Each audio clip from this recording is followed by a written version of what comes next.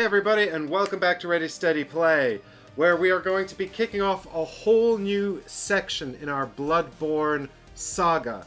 Chris and I have already done a campaign from the core box, and we attempted the Hunter's Dream a couple of times and unlocked two endings, the proper ending and a secret ending, and we thought we'd postpone the third true ending of the game to do a whole new campaign with new hunters and everything. And I'm super excited to check it out, and I hope you are too. Hey everybody, thanks for joining in chat as well. Eddie and Difter are here. I can see Mark's here as well. Haggers couldn't be with us, but Haggers, if you're watching in the future, hey, how you doing? Hope you had a good evening.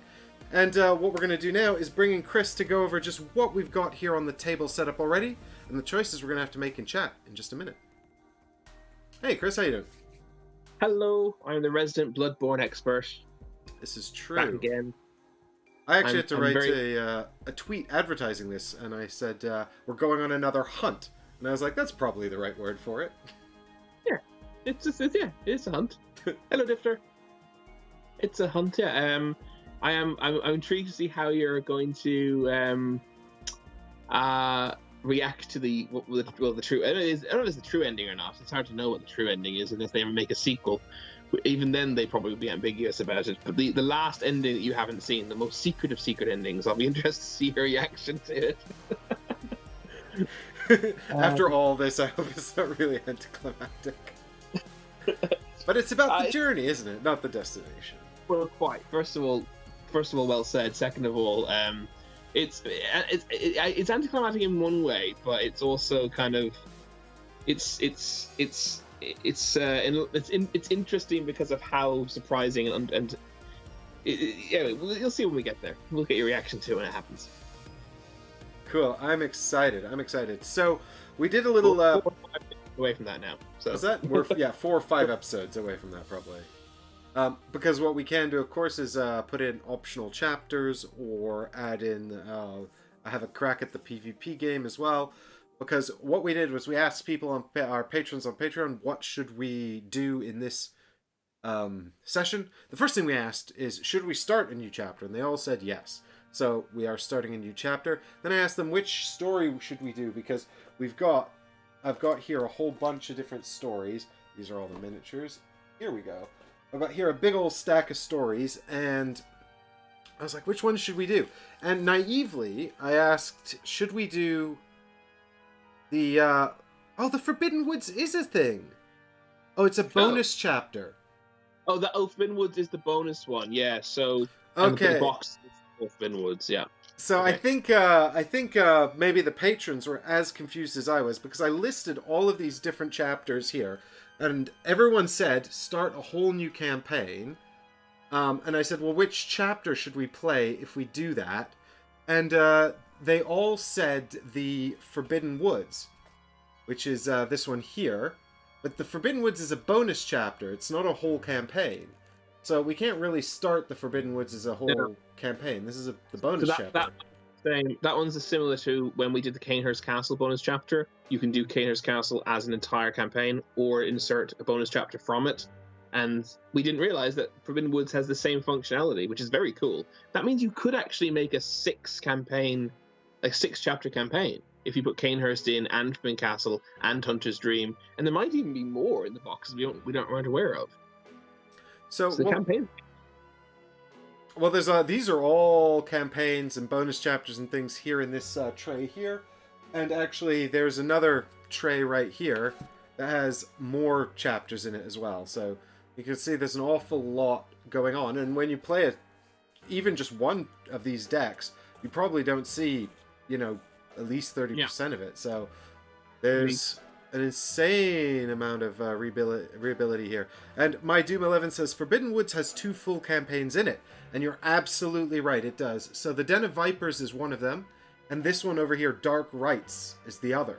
And so that's what we need to decide, chat, seeing as I've chosen to interpret patrons vote for Forbidden Woods as not just do the one bonus chapter, but start a new campaign in the Forbidden Woods. That means we need to pick one of these 2 campaigns. Personally, I kind of like the sound of Dark Rites because it sounds spooky and weird and ominous. Then again, the Den of Vipers probably has all those cool snake villains in it that we saw. I'm pretty sure we're going to meet them all in both of them. To be perfectly honest, I agree. Dark Rites is a better name. I think Den of Vipers has a better artwork on the. If you look at the front cards, Ooh, we should have a look at these front cards. But we should get the guys to. So Eddie thinks Dark Rites has a nice ring to it. Oh yeah, the Den of Vipers has some pretty cool art on it here. It's got this decrepit windmill. In the Dark Rites, there's this church or castle on a hill. So we're taking a vote essentially, aren't we? Yeah, basically, just spam chat, and then we'll see who spams the hardest. Dark Rites is actually a noticeably thicker deck as well. Well, they say when in doubt, go with the thicker deck. Den of Vipers looks good. We got a vote for each now, unless I've miscounted. That second vote for Den of what the god damn it, Difter. Yeah, fooled me for a second. It's 1.5 votes. Den of Vipers has now taken the lead. Again, if I'm counting this correctly. Well, while I wait for you guys to finish spamming chat, if indeed that's what you want to do, I can also come over. Oh, that's on the wrong thing now. How does this happen? Is there a way to actually put a poll into chat? Is that a thing? That I think that might just be a Twitch thing. It is. Oh no! Wait, what's this? Oh, there is literally create a poll right here. Good lord. We'll do that because trying to. Otherwise, it'll be to because people like Difter will confuse it otherwise by being clever.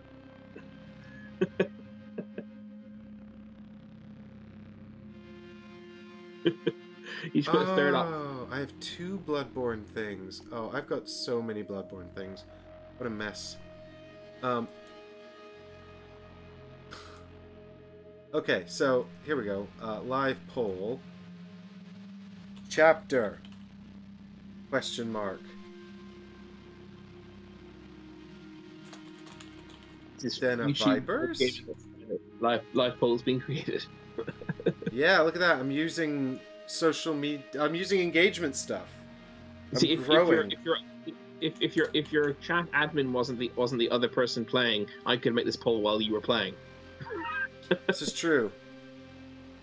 Maybe did that come out? Did I just make that then? I actually can't see it. Oh, there we go. No, Just now. All right, cool. So what we've got, while I guess that's going on, which is fun. This is fun. We've got our 2 hunters here. I'm going to be playing as Logarius' Wheel. Again, this was voted on by the patrons, and they wanted Logarius' Wheel. So I'm going to be a pretty slow hunter here. And my abilities are, on this side, my attacks, when I attack, I heal 1 health. And on this side, when I attack, I can suffer 2 damage to deal that much additional damage. So up to 2 additional damage. And Chris is going to be playing as Kirkhammer. And we gave him Kirkhammer because on this side, you can see he's got quick stab, slash, and slash. And it says here that when each time you clear a slot, you may deal 1 damage to an enemy in your space, which is exactly the same ability I had on my Holy Blade in the last one. But what is distinct is this side, where the Kirkhammer has 2 slow, powerful abilities doing 3 and 4 damage, and an ability that says attacking with Crushing Slam cannot be staggered, but cannot dodge. So there you go. Yeah, so I can't use that slot to dodge, but basically it's a guaranteed 4 damage. As long as I don't die in the meantime. Which is pretty cool. My Doom says he found Logarius' Wheel quite hard because it's slow. We are a slow duo, full stop. Yeah. Mike pointed out to me before we started that the quick stab I have is the only fast attack either of us have. So hopefully we get slow enemies. Or a lot of swift upgrade cards. Yeah. Speaking of that, actually, you might as well. Do you want to draw our first Hunter's Dream marketplace, so to speak? Yes.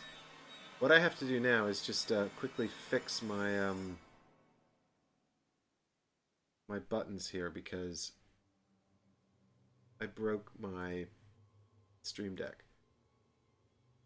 So this should, if all is well, take us here to the enemy board.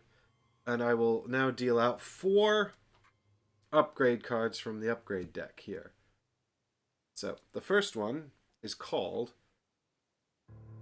Indomitable. Draw 1 card. Cannot suffer poison, frenzy, poison, stagger, or stun. This is what is this? Constitution? Endurance? Are these endurance cards? The pink ones? Color is not a useful term to use with me. Chris, it's purple. You know that one you can't see? Yeah. It's the one with the heart in the top left. That's Vitality, I think. Vitality, yeah, I think you're right. We've got Leaping. So, the strength card that we're very familiar with from the last one. Which is that when you attack with it, you can move first. So, bonus action there, that's good. We've got another Vitality card. It's Tireless. I swear to God, I shuffled these. Well, Indomitable is new. We've never seen Indomitable before, which is quite cool. But I'm going to give this another quick shuffle because I would like to see something else new and cool. Great. So I need. We've got 6 votes, 3 for each. So can someone please? I see we've got 8 viewers. So someone please weigh in and be the tiebreaker here. Yeah, Logarius is going to be interesting, but he's a bit of a classic. Also, he's spooky. Like the art on Logarius' wheel is really spooky. The miniature's pretty cool too, but he's got this like, oh, well, the miniature's gone now. Maybe it'll readjust for me nicely. That would be great. Nope, it doesn't want to play ball. But I can show you over here, I think. Wrecking camera, you reckon you can focus on that for me? I love autofocus. Automatically does not focus. I mean, it's already better because it's not see-through. Yeah, it's not invisible. Yeah. Well, usually I have the focus controls up, but I forgot. So I will show you the picture instead. Yeah, there he is. He's a spooky looking guy with like a grill mask. And there's his transformed weapon. It's the same thing, but now it's 2 wheels, and also it's full of blood. If I ever get around to painting these miniatures, it's going to be so difficult because it's all just shades of black and grey, which is really hard to paint. But okay, it's easy to paint. It's hard to paint well. Our final ability here on the upgrade sheet is another copy of Tireless. Good. That was a good shuffle for me. God damn it, Mike. I did it, everyone. I shuffled in the most useless cards. With nothing that increases speed yet. Thanks, Mike. Okay, I think we're ready to start as soon as we have a campaign to start. Listen, you could be the one who decides what this campaign is if you vote right now. I don't think I can vote. I don't because I'm watching on my television because my tablet was out of battery. See, Chris can't vote, so it's got to be you. Oh, one more for Den of Vipers. I think it might be Den of Vipers. Yeah, when you watch this TV doesn't seem to have. I mean, the poll hasn't even appeared on my thing. So that is that 7 votes then? Yep. I'm gonna end the poll in a countdown. I don't know how much lag we have on chat here. I think it's about 10 seconds though. So I'm gonna end the vote, and I'm gonna count to 10, 10, 9, 8, 7, 6, 5, 4, 3, 2, 1. Oh my God! It's over. It's definitely Den of Vipers. I enjoyed the fact you said you're going to count to 10 and then proceeded to count from 10. Yeah. Well, do you know what? I was going to count up to 10, and then I realized a countdown would be more dramatic and make more sense. Yes. I agree. So there we go. 7. It was very close. It was actually 4-3 in favor of Den of Vipers. Den of Vipers would have been my pick if I'd gotten a pick. Well, Dark Rites also sounds very cool. It's also got an extra deck of cards, which is quite exciting. But we don't know what that's about, and now we'll never know. Well, we could just play Dark Rites another time. We definitely could know one day.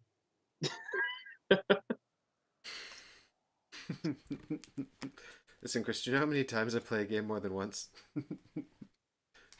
I mean, this is our 7th time playing Bloodborne, or 6th maybe. Yeah, it's actually insane when you think about how much content is in these boxes, because we've played this 4, 5, 6 plays or something. I don't know. We did 6 episodes. So it must be about 6 plays of this, because this is episode 7, and 6 plays of a game is pretty good, and yet we still have barely touched the content in this Kickstarter. It's absolutely nuts. Okie dokie. Welcome to the Den of Vipers. Beyond the outskirts of the city lie a waste. A vast. Okay, I was confused because it's vast with an E on the end. Huh. Beyond the outskirts of the city lie a vast forest, home to not only beasts, but a small settlement of exiles. While this place is largely forgotten by the whole of Yharnam, reports of missing hunters, as well as sightings of strange creatures emerging from within, have begun to spread. On this night of the hunt, we trade the cobblestone streets of the city for this dense undergrowth of the Forbidden Woods! Sounds like the Forbidden Woods sounds like it could be a world from Mario. World 3 in Mario or something. Could be the creepy levels with that funny music. Oh yeah, one of the underground levels.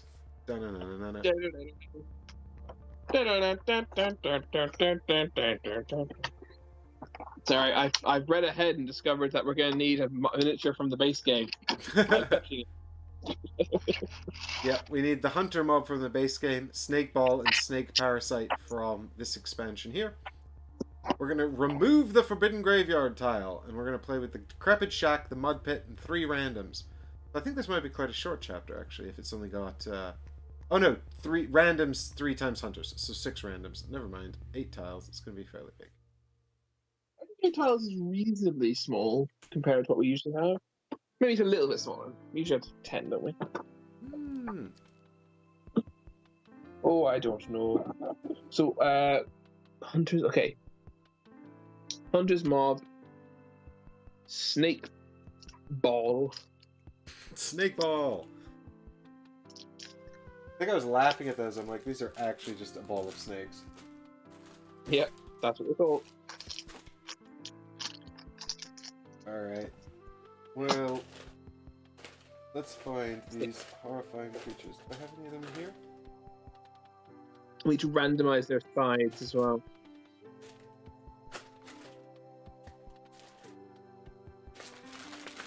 Yes. 3 more polls. Okay, remove the Forbidden Graveyard. I've done that. And then...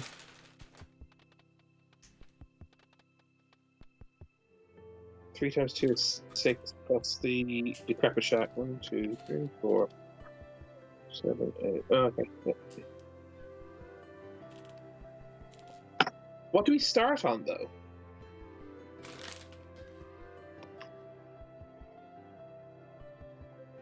Look, here's some hunters coming at you.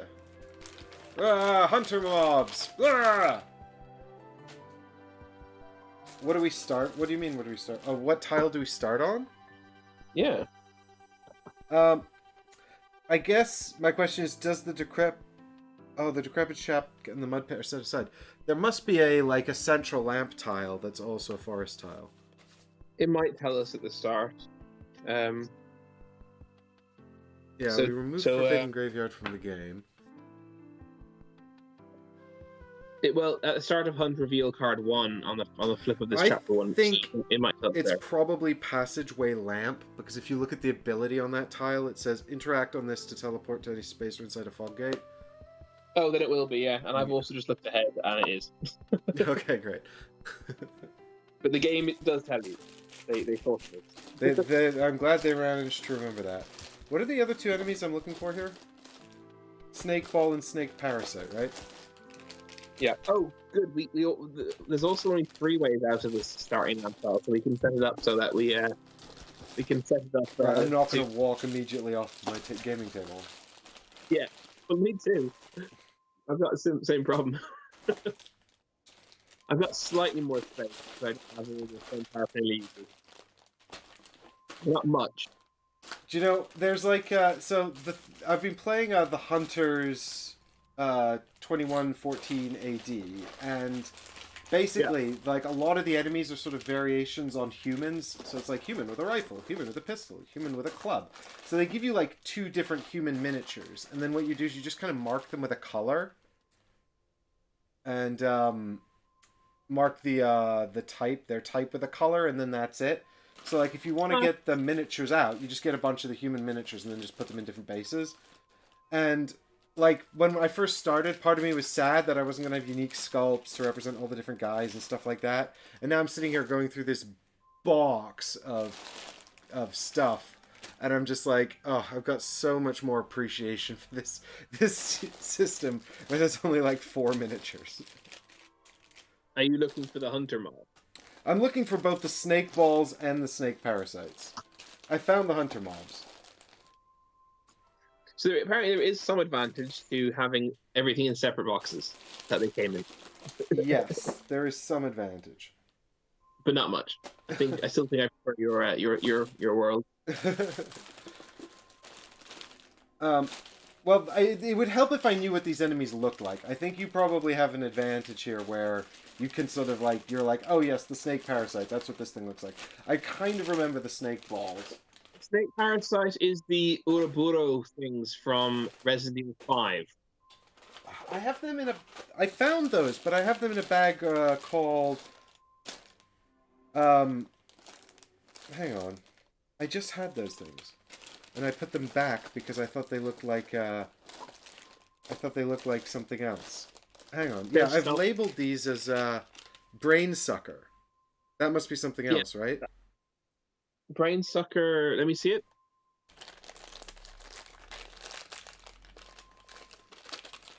I mean, they look like they could be snake parasites. There. Let me see it. I'll tell you. Oh, I'm like just showing the stream. No, that's not it. No, that's not it. That's not it. That's a different thing. Sorry. It's a brain sucker. That's what that is. Yeah. But it also looks like the Ouroboros from Resident Evil 5. It does. So die for game. What is your solution actually going to be? Sorting out the game. I got an E-Raptor, which I don't have. I would like to condense my boxes because it has taken Bloodborne's taken over my living room. It's actually quite distressing. I mean, not single-handedly with other games, but Bloodborne's so much stuff. All of them together as well, which is very unusual. Yeah, I mean, Simon actually very, very rarely do multiple waves. Aha, I found the snake balls.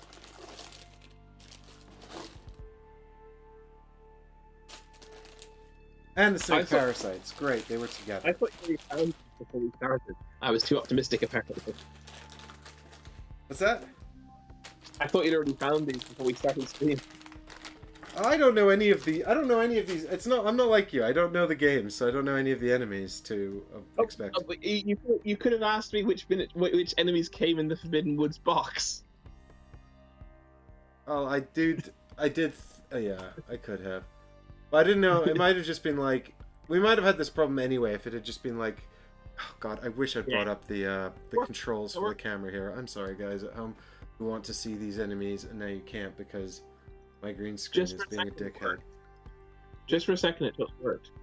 Yeah, I'm just gonna try taking out one of the lights here and see if it works better with dim lights. I do think this looks even more like the Ouroboros from Resi 5. Oh, did you see Resi 4 has been remade for virtual reality? Oh, that'll be interesting. Be terrifying. Maybe I'll finally play it. And by finally play it, I mean, of course, buy it and then not play it. I mean, I think people talk about 4 like it's sort of this amazing thing. And it was good, but, like, it was also extremely goofy. Like, I think people forgot how goofy 4 was.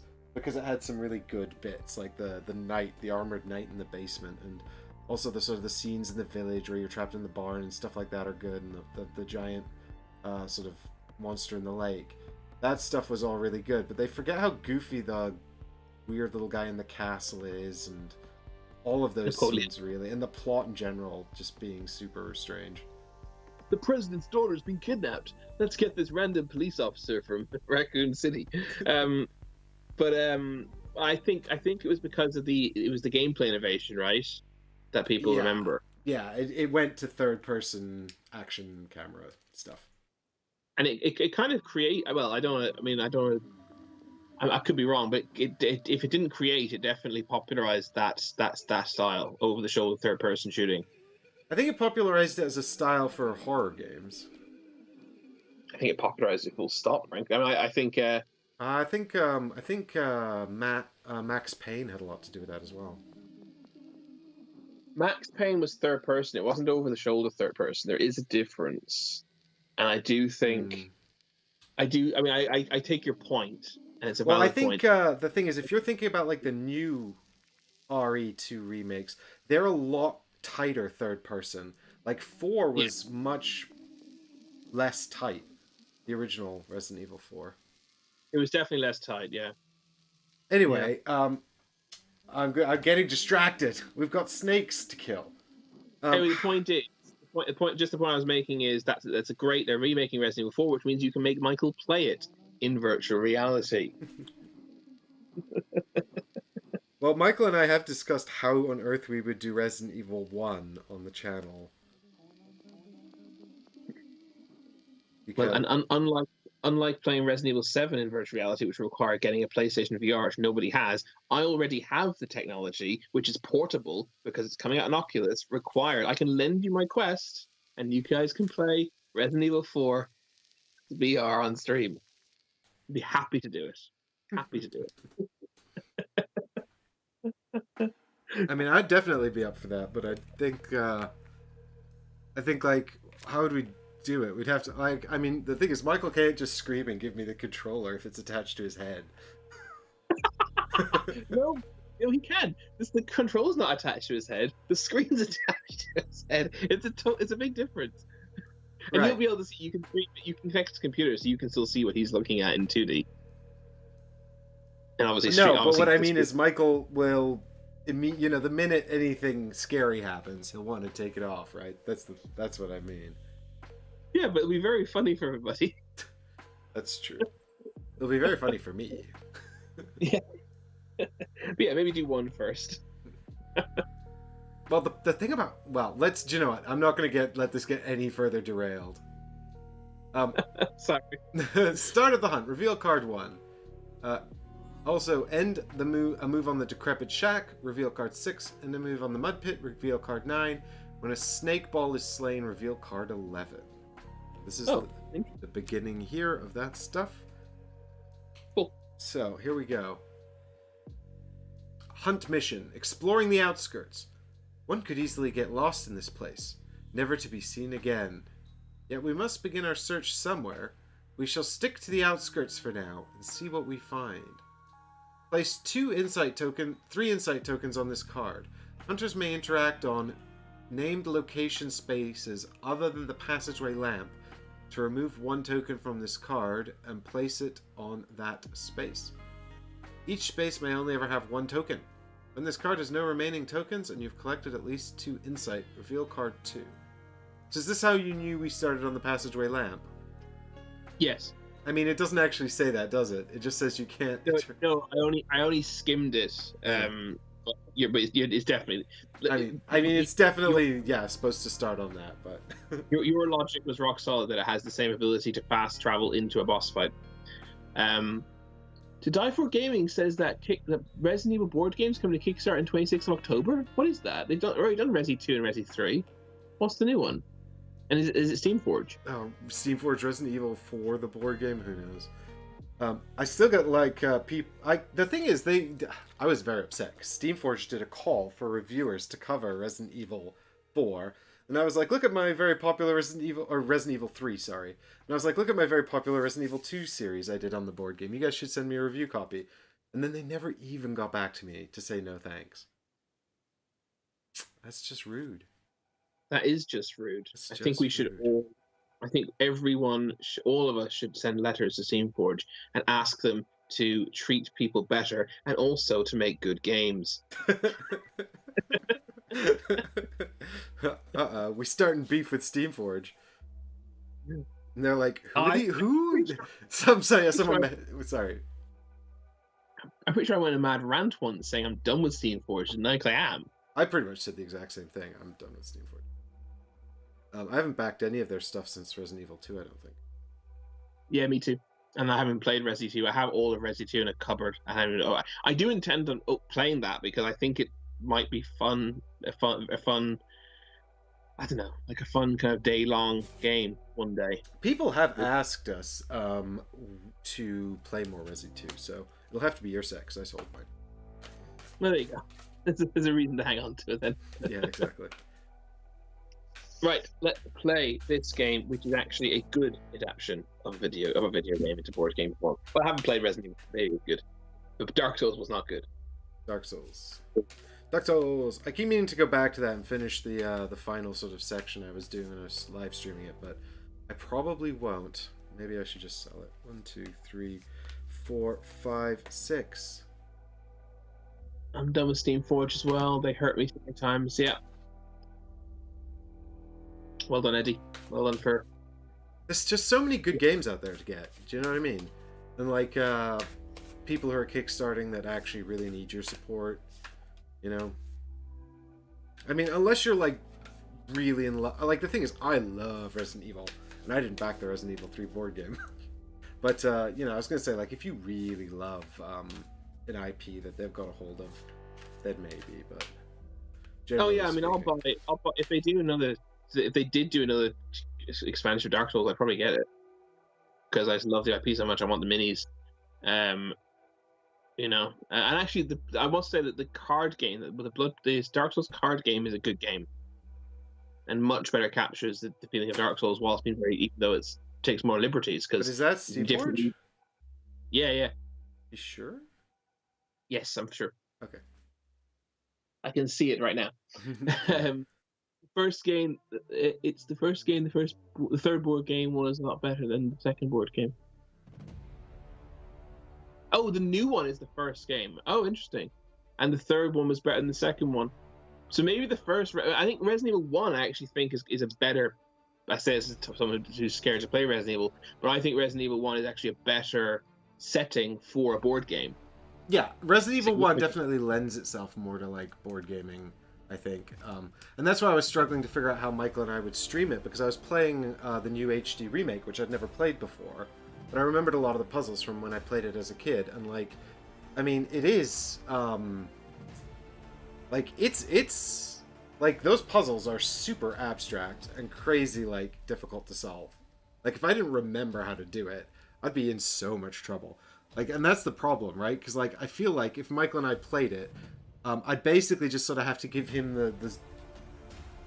the like, sort of, the zombie action bits, which are few and far between, and then do most of it myself, because, like, it's still super long, and, like, if you didn't know what to do, you'd be, it's like a really long game. Yeah, the puzzles are crazy difficult. I played 4 or 5 hours of it when I was at university on PlayStation download, and I definitely found the puzzles really tough. I don't think I'd be able to finish that walkthrough. Well, they're super abstract. A lot of them, I think, are just solved by trial and error, you know?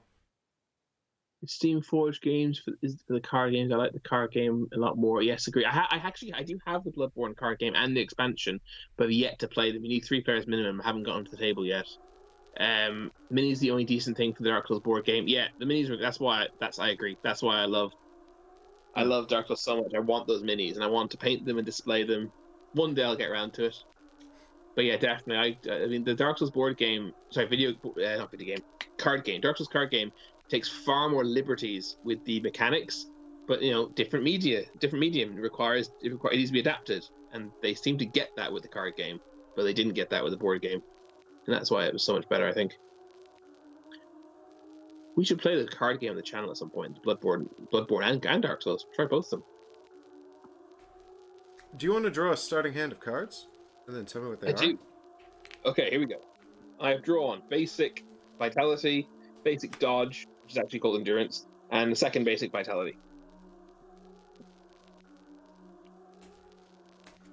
I don't know why I shuffled your deck. Yeah, I don't know why I shuffled your deck. It's fine. I have drawn also basic endurance. I've drawn basic vitality as well, and basic skill, the blue one. I think it is called skill. I would call it dexterity, but I think it is called skill actually. So basically, our objective is to explore the Forbidden Woods, right? So we're going to take an interact action on various tiles to explore the wood. Yeah, basically we need to find the named locations in the woods and then interact on them to put out these 3 tokens. And once we get rid of these 3 tokens, we can progress. But it's easy to get lost in this woods. That makes sense. Okay, so I guess we have to randomize which side the enemies are all on. Right. So let's use our system then real quick. So I got the hunter mob here, and I've got a 1 and a 3, and you give me a number. So I either give you a 1 or a 3, right? Yeah. Let's go 1, 1, 3. Okay, so we've got hunter mob on axe swing side. Okay. Wait, they both have axe swing. So can you be it's shield either... bash, mob frenzy? Yeah, thank you. Yeah, that's the one. Thank you. And then for the snake ball, they are on the side with writhing mass. Yeah, lovely. So and the snake parasite. Again, it's special. You need to use differentiate. Right. So for the snake parasite, it's the side with snake bite. Cool. All 3 of them were on the side that I had just randomly put them on at the start.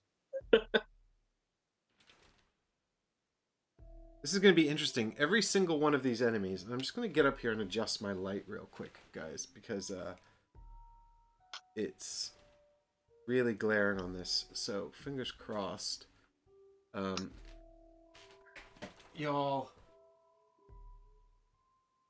can see a bit better. Let's see what...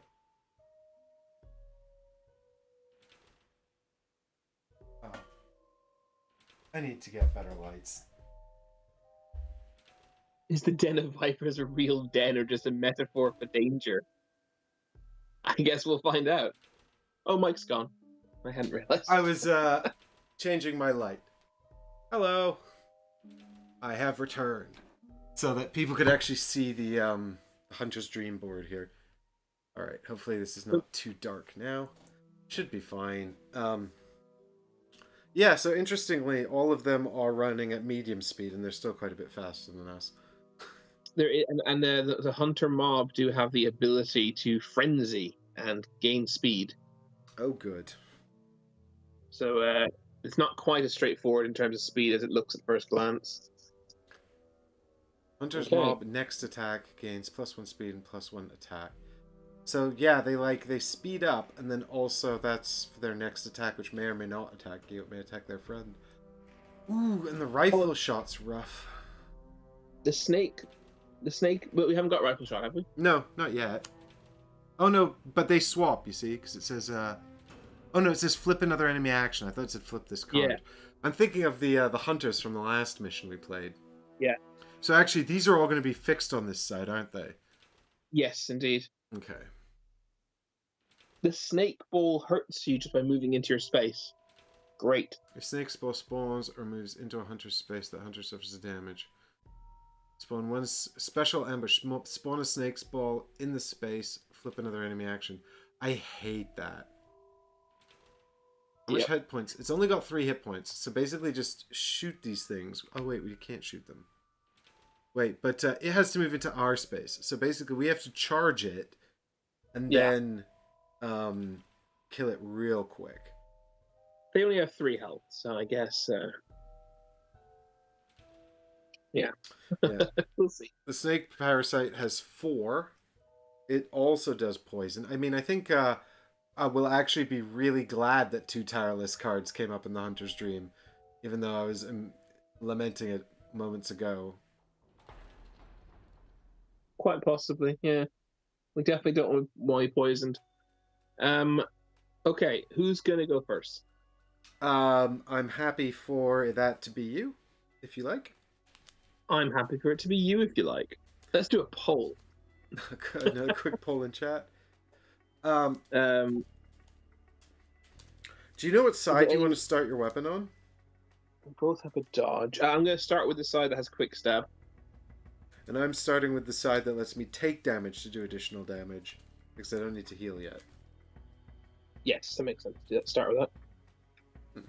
Okay. Alright, I'm just going to go first then. Cool. For no particular reason. I'm going to start in the center space of the passageway lamp. I'm going to discard a basic vitality to move up the 2 spaces. I will move in it whichever. Well, actually, I'll start anywhere. I'll start south if I need to. Which way can I move? Does it matter to you? I think you should go south. So maybe start south. I'll start south and move south. Do you know what? I didn't get out the 3D lamps, so that was a mistake. But also, I don't care. They actually don't show up on stream as well as the symbols. Yeah. Yeah. Okay, so I'm going to reveal a tile for you. Yeah. Yes, please. All right, you've got empty tile with nothing on it. It's a 3 spaces. It opens side to side and top, and there's no enemies or anything.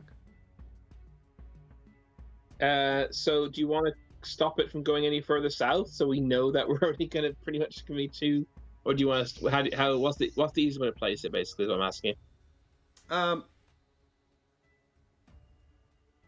Yeah, I guess why not stop it? Well, I don't think any of it makes anything any easier, but I actually think it's probably better to stop it going south, because you could create like a weird, if you put it down like this, you could create like either going to the east or west, you could create a weird dead end on the other side.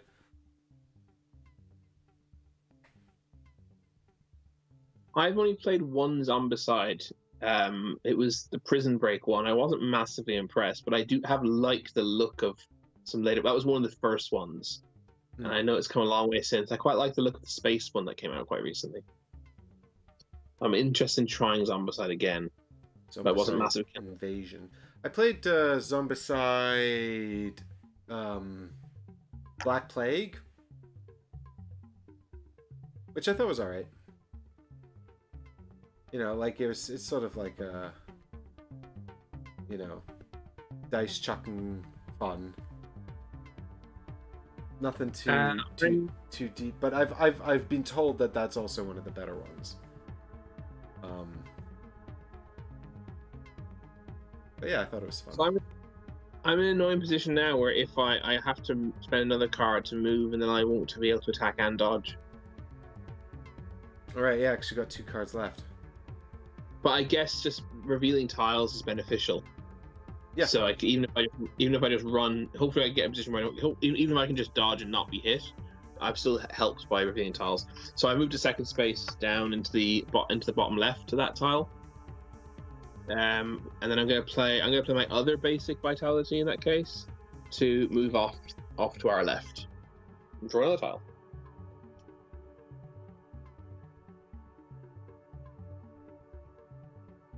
Chris is going on an adventure, and the tile he reveals is... Okay, so it's a 4-way tile with 4 spaces, and there's a snake ball and a snake parasite on the outsides of the tile. 2 enemies. That's not ideal.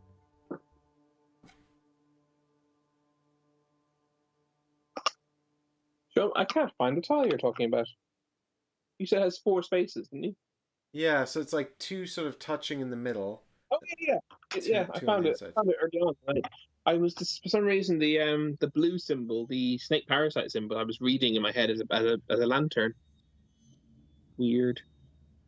Well, to be fair, like both of these tiles are probably actually like weird shades of purple, which is like the worst thing for you. So I guess I'll place that so I'm not in a space with a monster. Yeah, we're gonna have to be cautious now.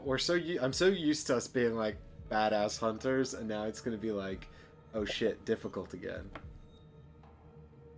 So I've placed it so that the parasite's to the north of the tile and the ball is to the left, to the south of the tile. I'm happy to do it the other way around, but it doesn't really matter to me. I think maybe do it the other way round, because in case you come to the north, because you don't want you want to move into the snake's space that way. Well, what I'm thinking is if I come, because I'm thinking we probably want to kill the snake ball, right? So it doesn't create more snake balls. And if you put the snake ball to the north, then I can explore the empty space and then go down and kill it. Yeah. Unless I go into that space and it's also full of snake balls. I don't know. Well, because I only have a dodge and I therefore can't take a hit from both of them, I'm going to run away now. So I'm just going to use my second point of movement from that card I played to move back into the space that I moved from. They're both going to move into the space I just left, because I left their tile during my movement. Yep. And then I'm going to use... then luckily, because I'm now in a different tile, this is the only reason this is going to work, I'm going to use my basic dodge to actually move back into the space I started the whole game in. Move north twice more, back onto Pathway Lamp. They're not going to act... Well, I guess I could reveal a new tile, but I think that's a bad idea. What do you think?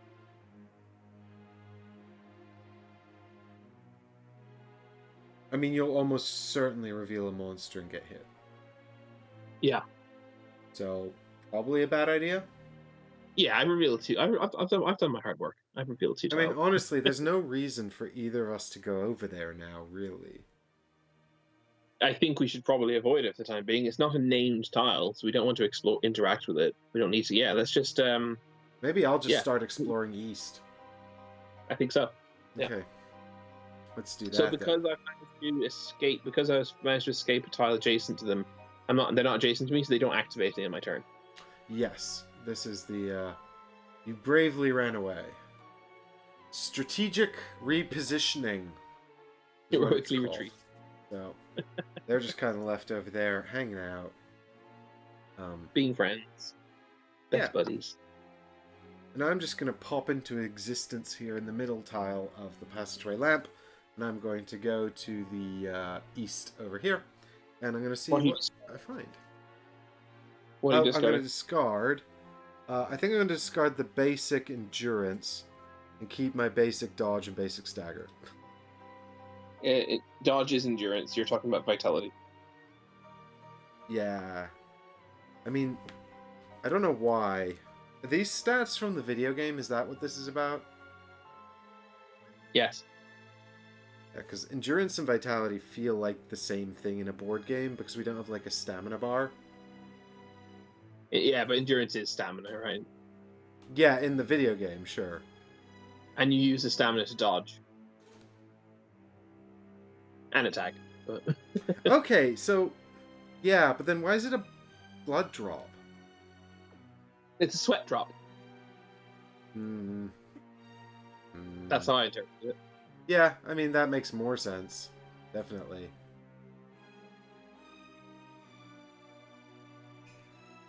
And the game's called Bloodborne. Well, it should be called Sweatborn. Yeah. So what tile have you revealed? Ritual Altar. Excellent. It's named. Does that help us? Yeah, we need to find the named ones to Hunters explore, may remember? interact on named location spaces. Cool. So this is one of the random ones. So it's a corner, so I guess I'll place it so that it points south because I've set up my board in such a way that if it points north, this will be problematic. Yes, but also I think with the Hunter's Mob, it's quite, and you've got 2 cards left, it's quite good for you to move into its space and just be able to whack him straight away. There's also a treasure chest, but I forgot to get the treasure chests out, and I realize I actually do need those. Oh wait, I have the tokens though. I'll just use those.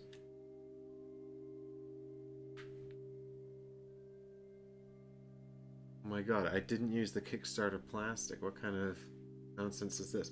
So I moved 1 into their space. I can move 1 more. Am I going to try and kill the hunter mob? Well, if you move 1 more, they're going to follow you anyway into your space, so you might as well use the movement, right? Yeah. Do I go down or do I get a treasure? Go to the treasure because you want to interact. When you interact, you do all the interactions on the tile, which means if you're in the same space, you can advance the plot and get the treasure at the same time. Yes, I forgot I had to interact here, actually, because I forgot what we're doing. Which is live streaming a board game, actually. Alright, so, now that I'm fighting this hunter's mob, I should probably kill them before they kill me. I like that idea. I'm not faster than them. So, basically, I've really only got... I could dodge, because you can dodge at equal speed, or do you need... Same speed, yeah? Same speed for dodge, faster to stagger, because the stagger relies on hitting them. Right. But then you can use the pistol to just automatically stagger them. Yeah, that happens before... That happens at attack speed 0, so to speak. Okay, so here's what I'm thinking then. I'll just put my... I'll probably have to interact with the tile next turn in order to get through this without taking damage. Mm-hmm.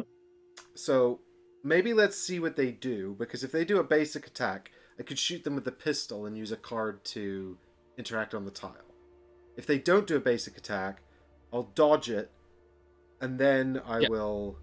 So what I'm going to do is I'm going to use my basic stagger card into one of my empowered slams, and then I'm going to take a damage to boost it up to 4. But I don't actually think I need to make that decision right yet. On attack. So yeah, you can wait till the resolution. Yeah, and then that'll just kill them. And then I'll either use this to dodge their attack, or I'll stagger them with the pistol, depending on what they do. Yes, so. the only way this could possibly go wrong is if they get ability, then special. Yes. Because ability and basic would still be okay, because even though it's fast speed, you could still stun it with a pistol. But you can't stun a special with a pistol. But the odds of that exact combination coming out seem low. Your Fingers crossed. Here we go. So where's I need to find a place to put the enemy deck on camera. Here we go. Yeah, because their ability is they flip another card and then do whatever that card says at +1 speed and +1 damage. Which would be bad. We don't want that. So I flipped ability. So that's good. Well, I've just realized this can... yeah, dude, this also goes wrong if they get special in at all. Because it staggers you. Yeah, so here's hoping this is basic.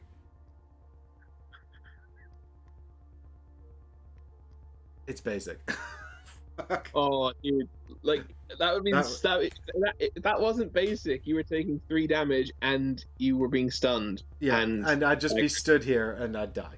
And then attack you on their turn and kill you, probably instigate. Yeah, that was extremely lucky. Yeah, I missed when we were very powerful.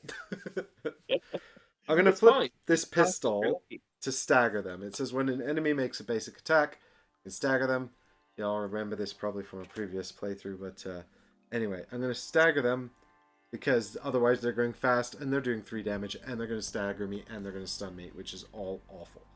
And now, because they're staggered, they don't get to make their attack, so I'm going to deal 4 damage to them by dealing 1 damage to myself. And because I had to use my pistol in the end, I've still got a card. Oh, and I get a Blood Echo as well, don't I? Yeah, Mike gets the first Blood Echo. This feels like the last game. It's the last game I'll ever get. Mike kills everything. I'm going to discard this card to grab a consumable. You're interacting, so you're doing everything. You're gonna. I'm going to interact, and I'm going to choose to do the chest first. Not that it matters really in this space.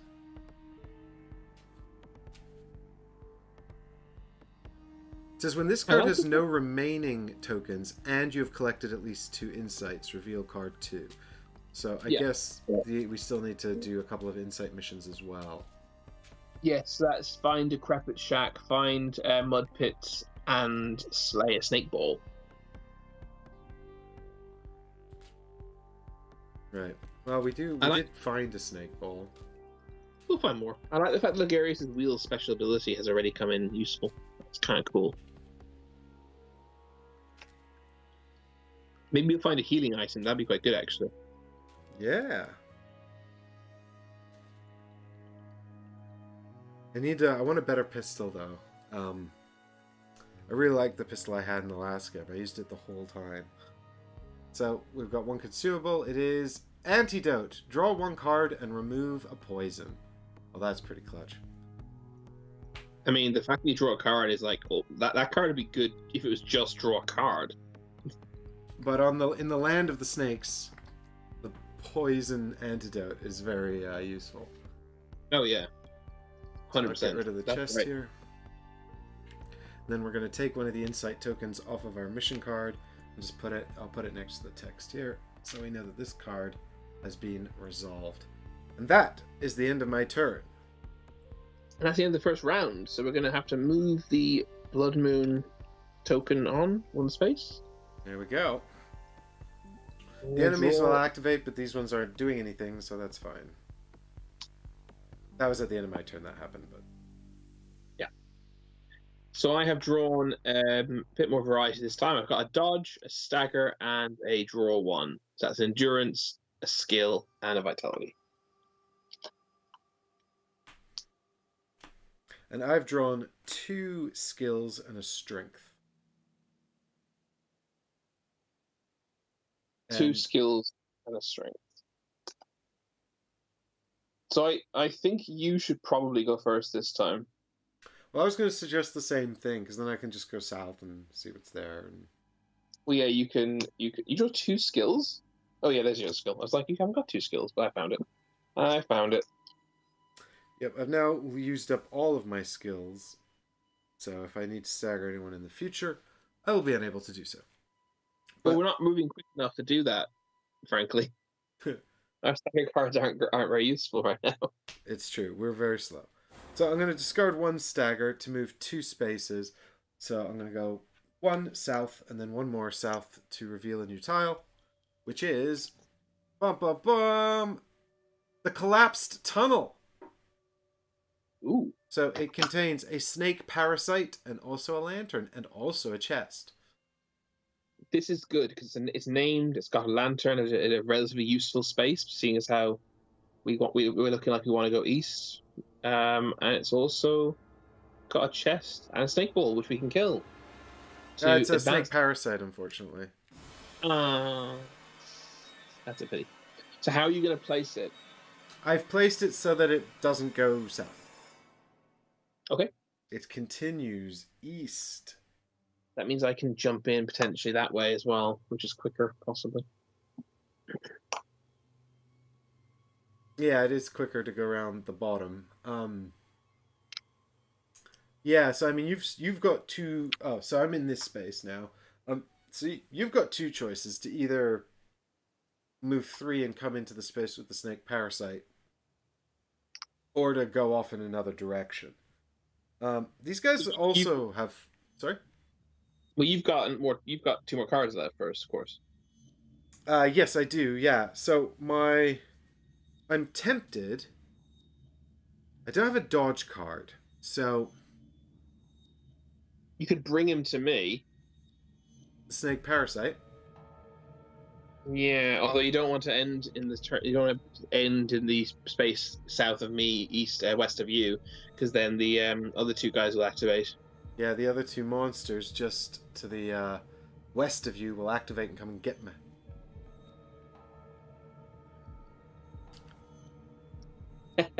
I need.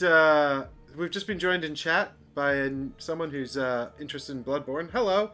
I need to have your name in phonetical, please. Yeah, I'm quite far away from my screen. I actually can't tell what the second letter is. It's this is Russian alphabet, I think. Oh, it's not an English alphabet. That makes a lot more sense now. I was trying to. I was like, my eyesight's not that bad. I can. Hello. Thanks for joining. Let us know how to pronounce how to address you, because we don't know how to address you at present. We're sorry. We're usually very friendly. So I don't. Yeah. So I think. Yeah. So I think either I try to just kill this guy and tank a hit, or I Our new friend is from Ukraine. From the Ukraine. Yeah. Cool. I don't know why I gave it a definite article. He's from Ukraine. Let us know how to pronounce your name, or whatever you want to be called. Snake Frenzy sounds awful. It says well, actually, it's not going to get ability though, because we just flipped ability. So it's 50-50 basic or special. Correct. Flip another enemy action. Snake parasites attack against +1 and targets all hunters in the same space. Andrew, cool. Welcome. Andrew? Welcome.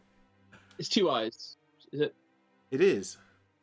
Probably Andrew then, but that's my English phonetics again. The point of the story is we're terrible and don't worry about us. Right. I speak second language. I think I just tank a hit from this guy and kill him, because we have a bunch of stuff to do on this tile. And if I'm gonna then I mean, yeah, I guess so. Well, the thing is, like, I've only got 2 cards left, right? Yeah, I mean, you heal on the other side of your dashboard. Yeah.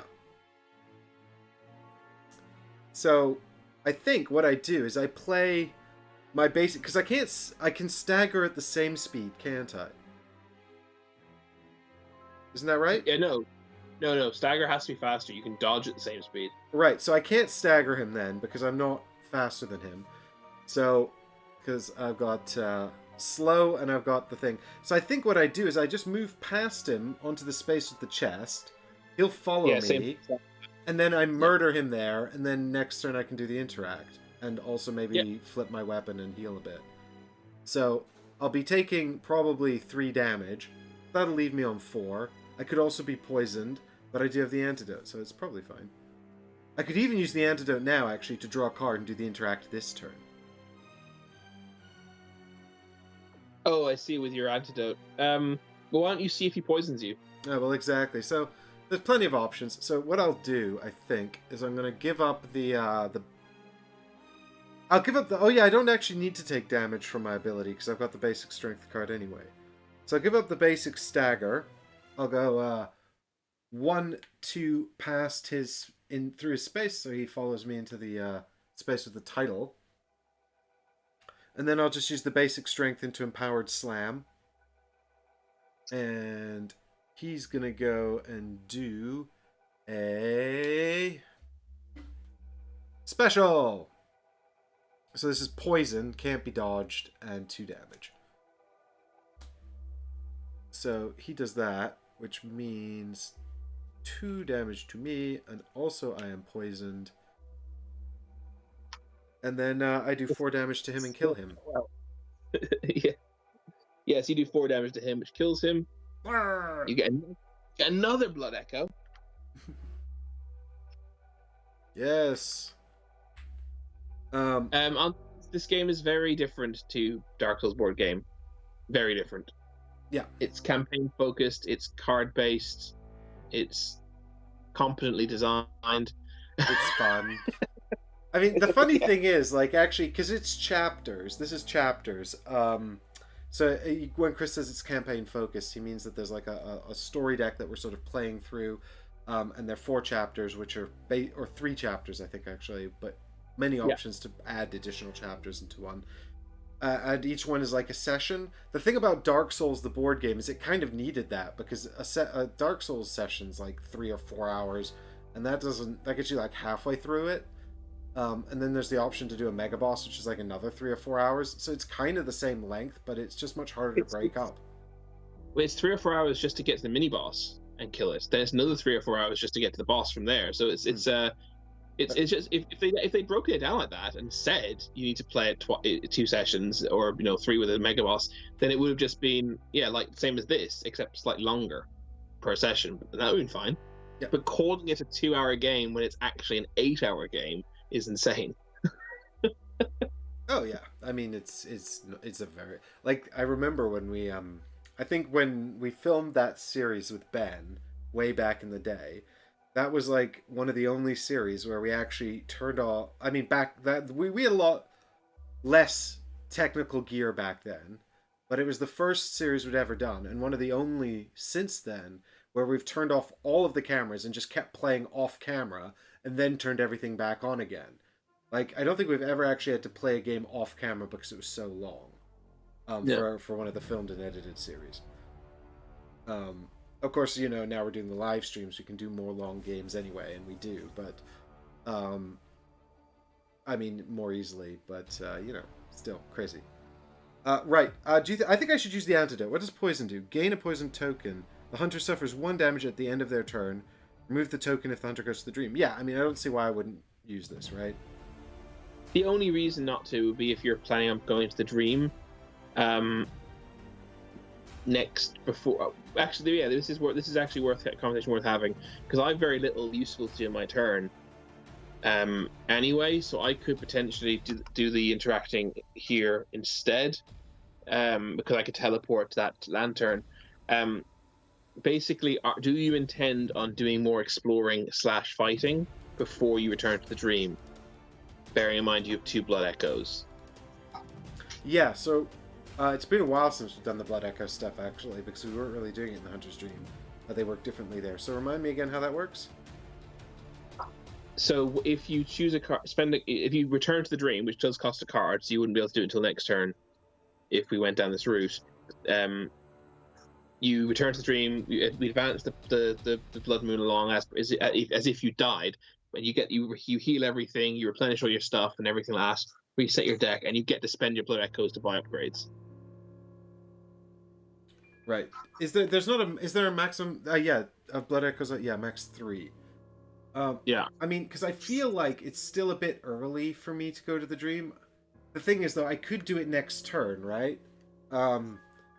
So what I could do maybe next turn is a bit of exploring and then just evaporate to the dream. I kind of just sprint through stuff to reveal it, and then. And then I would get you a bit more information. Yes, you could do that. But the thing is, if you do this, what am I doing in my turn?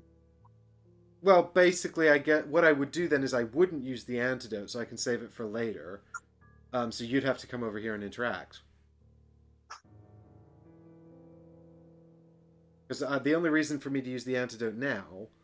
Oh, sorry, you're saying next turn... You're saying not interact and then do your run through. Yeah, because if I... Right. Yeah, that makes sense. Yeah, one of the benefits of going to the dream is getting rid of the poison. It means I'll take a damage now.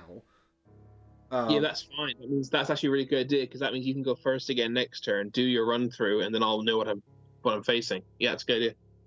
Cool. Yep. Let's do it that way then. So I'll end my turn here, and I will take a damage from the poison.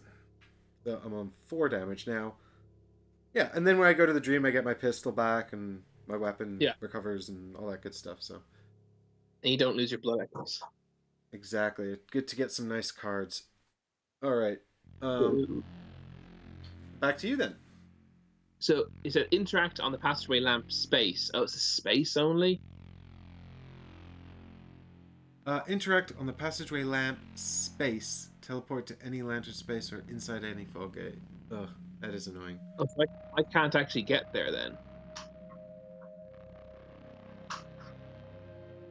It'll take me 2 cards just It'll to take get to all the... of your cards to get into my space and interact. No, it'll take all my cards to get to your space. No. I think you might have not noticed how I set this up. Oh, because I can move around this way. Hey, cool. Right, so I'm spending all my cards. I'm spending 2 cards to go 1 to south, and then 1 to east, then south into your space, and then I interact with that space. Cool. So I'll do treasure chest first. Here we go. Drawing consumable here. So Chris has found something useful. It's a beast blood pellet. Clear 1 attack slot. Oh, that's great for you. That literally combos with your thing. Yeah, that's cool. Not that I've attacked anything yet, but I will soon. Next turn, probably, because you'll be running away. Exactly. I'm going back to the dream to luxuriate and recover.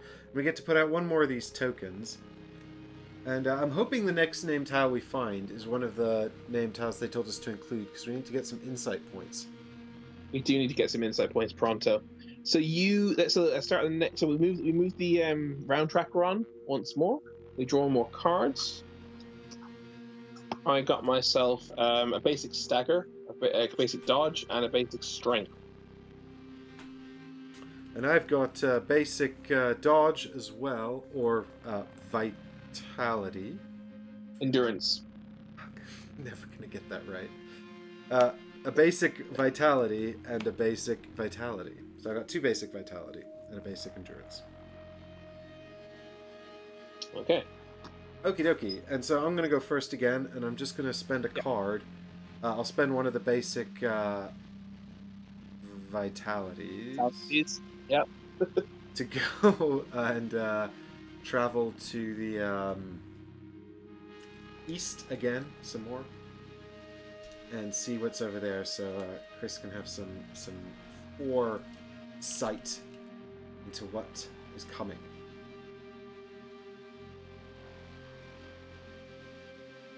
All right, here we go. And so I move 1 into the lantern space, and then I reveal a tile. Oh, that's also you. You're Kirkhammer. I'm Logarius Wheel. And the tile is Old Tree. Well, it's another name tile. Regrettably, it's not any of the tiles that actually reveal more cards from the story deck. What are the other? Well, actually, do you know what? A lot of the tiles in the forest are actually named, which is interesting. Also, it doesn't have a snake ball, which is also inconvenient.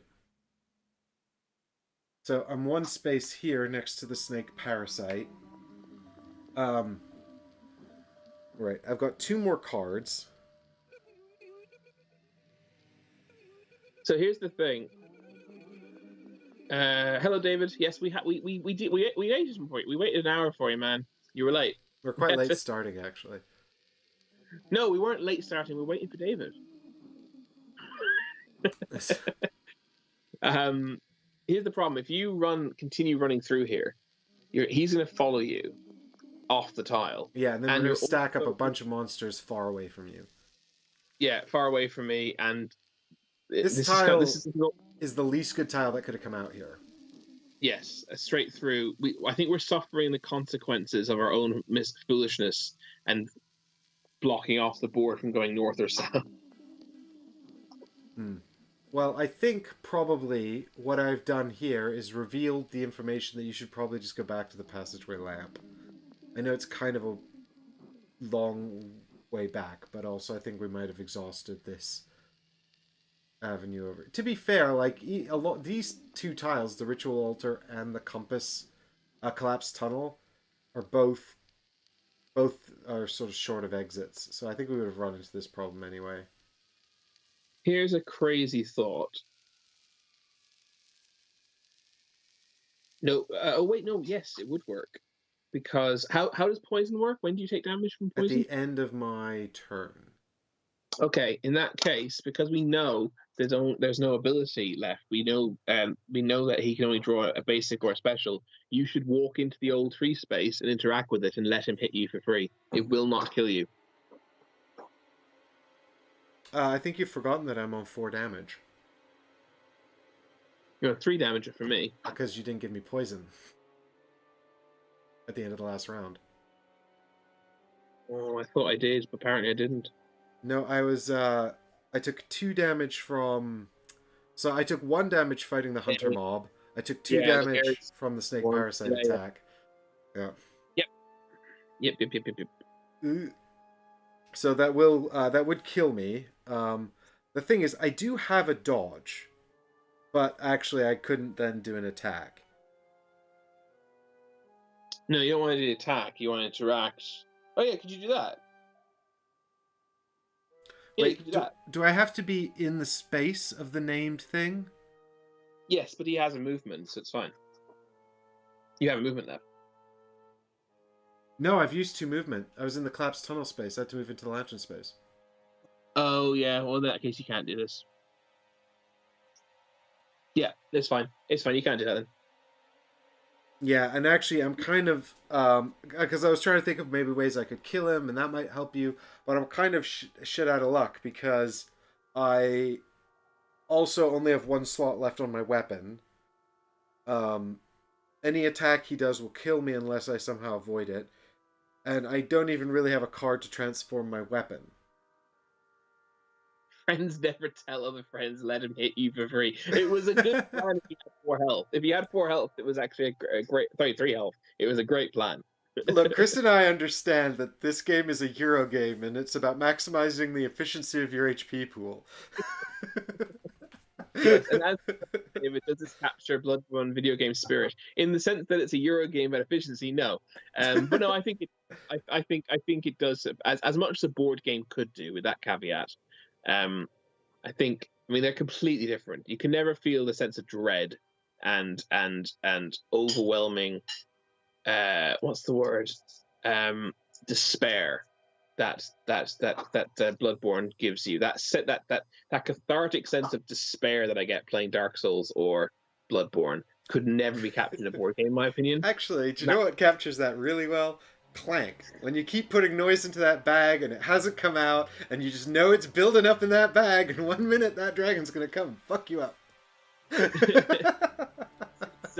it's a different type of despair. I know. It's more for those of you who haven't listened to the wonderful Restricted View theater podcast.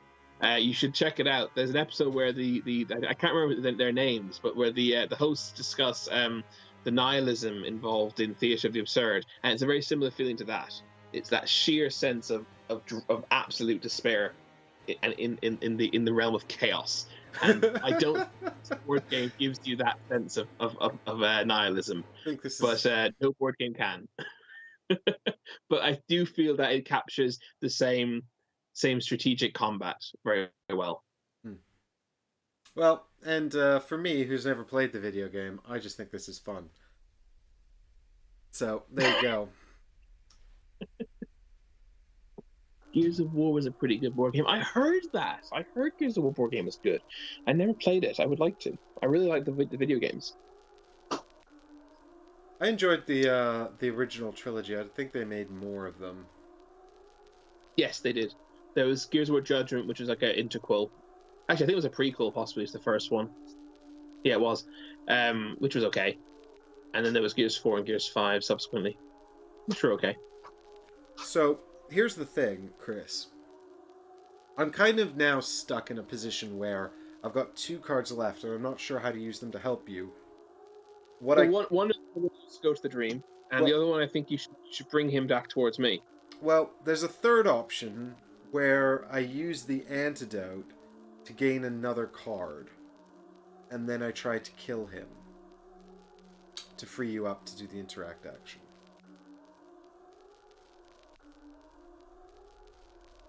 Oh, on the old tree. Yeah, although I don't know if necessarily that's useful to us. We're I think also going to get a go. blood moon in a minute, and then everything's going to respawn. Yeah, I think we need to go back. Frankly, I don't think there's much use to us I think I'm actually gonna. killing this guy. The only use is to get a blood echo, which I do think I need. Hmm. And that's why I quite like you to move him back toward me so I can hit him. Hmm.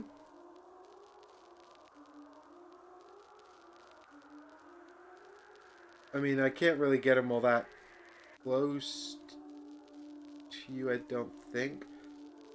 You can get him one space close to me, which is all I need. Yeah, that's true. Okay, I'll do that then. I will give up a card and go... it doesn't matter what I do, actually, because if I move off of his tile, he'll activate and move one. If I move into his space and back, he'll follow me into this space. So it's really just about where I end up. Because I'm going to the dream, it's irrelevant. So Exactly. I'll give up a card to travel to the dream. Whee! So you lose your poison, you get your health back. I'm taking health off of you as the rulebook tells you to do, not putting it on you, by the way. Yeah, I mean, I just don't like the inversion of the use of those tokens. I do. That's my preferred way to do it. I even do that in Descent, even when you're not meant to. Because you lose health, you don't gain. I prefer losing health to gaining wounds. Mm-hmm. It's more, to me, it has more clarity. Yes, well, I can appreciate that, but also I don't want a bunch of tokens on my board that I have to move around. It's a bunch of extra admin. But you do get the extra. But you will get the tokens on the board, just at a different time. It doesn't matter. Anyway, spend. Well, we might not though, because we could have what, like 5 or 4 tokens on the board over here that we're never gonna have, because they're gonna reset even before. Anyway, I reset my deck, don't I? Yeah, totally reset your deck. You flip over you reload your hunter's pistol. You may start your dashboard, although you don't have to choose this yet. You choose that when you come back. You will choose which side you want your trick weapon to start on, and you spend your 2 blood echoes to buy new cards. And they're immediately replaced as well, aren't they? Yes. Hey, Heggers, you made it. Oh, he's heading home. But hey, thanks for stopping by and checking in on us. We're here. You've got a long, rambling episode of Bloodborne where we talk a lot about random stuff to catch up on. Okay, so I'm thinking 1 copy of Tireless, and I'll leave the other one for you, because I think just being able to get rid of that poison, or Indomitable actually also is pretty good. Cannot suffer frenzy, poison, stagger, or stun. In a way, that's almost like better because you just don't suffer it in the first place. Well, yeah, it's worse because you have to use it at the time when that attack is coming at you. Whereas the Tireless, despite being reactive instead of proactive, means it's useful in far more scenarios, right? It's less, yeah. So I guess I'll take a Tireless and then see what else comes out. I don't know why I'm shuffling my deck here, because I have to take a card out of it and then reshuffle it. So we're going to buy 1 copy of Tireless, which is draw 2 cards. So this is a Constitution card. It says draw 2 and discard 1, and then remove a frenzy or a poison. So I'll buy 1 of those, and I will replace it with Adaptive. Dodge, stagger, clear this slot. Well, that's probably a good one to leave for you because it's got clear this slot on it. And I guess when it comes to dodging, I do actually have 1 quick thing. So I guess. Yeah, I need things that heal me for give me hit points. Yeah, I think you're right. So I guess it's probably worth taking Indomitable then, so I can leave a Tireless for you, and it's still marginally better than the core thing. We'll take Leaping if you want to. I don't mind. Or take the second Tireless if you want. Oh no, I think I should leave a Tireless for you because I think poison is going to be a problem in this one, and it's probably useful for us both to have a way to deal with poison. Yeah, David, exactly. Chris is a bit dodgy, so it's good to let him have those dodge cards. I'm even more dodgy. This isn't help. You're enabling me. Maximum dodgy. Leaping, I think, is something that wasn't particularly useful in the last one, but could be more useful in this one. I really like the idea of leaping. Yeah. You were less impressed with it. It only actually worked out like one time. Do you know what? I think I quite like Indomitable, actually, because also I have a lot of slow attacks. And yeah, it's fine. Prevents stagger. Yes, that's very true. It's a good card, actually. So I shall take... Which card are you taking out of your deck? Right, I think I'll just take out the 2 basic endurance cards to put these 2 in. Do you mean Vitality? I'm going to take out the 2 purple ones. Constitution? The Constitution cards. Put these 2 in. 11 Lords a leaping. I know where that comes from, but I don't get the reference. Oh, because the leaping chart. I get it. Right. Sorry, that was slow. So leaping is going to be replaced with Bloodthirsty. +1. Indomitable. Oh, I want this. I had this in the last game as well. Did we just see a lot of these? Are there a lot of duplicates? I don't know. There's a lot of duplicates, yeah. There are some we haven't seen, at least 1 or 2. But I like the idea of comboing Bloodthirsty with my take damage to do damage side, because then I can take extra damage to kill them and then heal it. Yeah, you should definitely take that. I'll leave that for you. Cool. Okay. My turn's basically just going to be spent... Oh, we have to move the thing on, by the way, because you went to the dream. Yep. Which means I'm going to kill this guy. He's immediately going to respawn. That's okay. Yeah, I mean, I guess our strategy here was just to sort of let you get that blood echo, and then... Absolutely, yeah. So I'm going to use my basic skill card, or dexterity card, the stagger one, to move 2 spaces into his space. And then going to initiate combat with him. And I'm going to use my basic strength card into my slash. I'm going to keep my dodge card in my hand. You can probably see where this is going. And you're going to draw an attack for me, please, which is either going to be a special or a basic.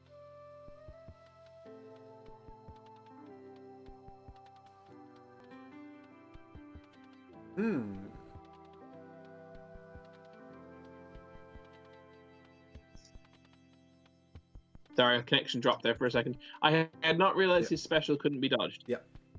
Well, we all caught a glimpse, I think, of the enemy action card, but I don't think you saw it, so by all means... I did not see it. Because I think it might have been your internet, because the stream, they were on different internets, my stream and the call, and they both went at the same time.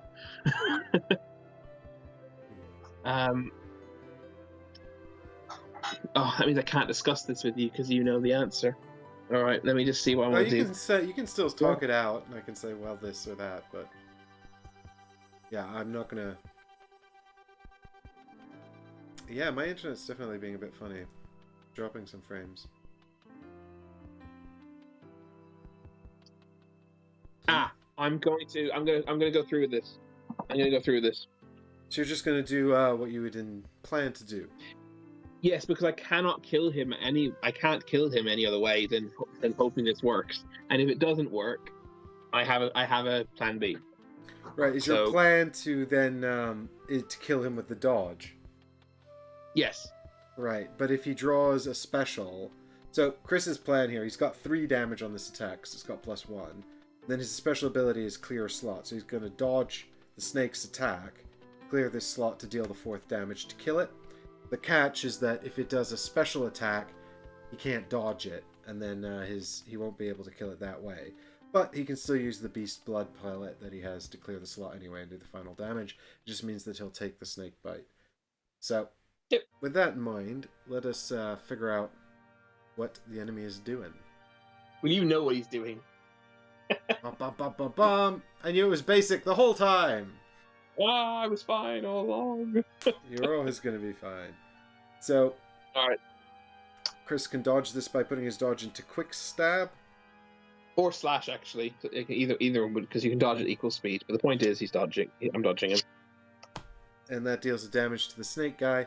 And then Chris does 3 damage as well to finish him off. And gets his first blood echo. So proud of you, buddy. Thank you. And then I guess I'll just use my last... Oh, I haven't got any cards. Sorry. What am I talking about? Yeah, done. So this moves on to the Blood Moon. And we're going to do a quick reset of the board here. With all of the monsters moving back and respawning as well. So this guy comes right back at the old tree. There's another one over at the collapsed tunnel as well. And a mob back up here at the ritual altar. So quite a lot of enemies. Our world is now full of enemies. Oh, great. So I draw my last 3 cards, which are strength, stagger.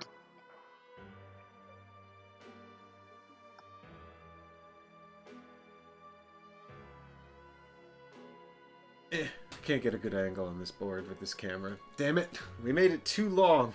Whose idea was this? Right. So you drew, strength, stagger, and I'm still in the dream.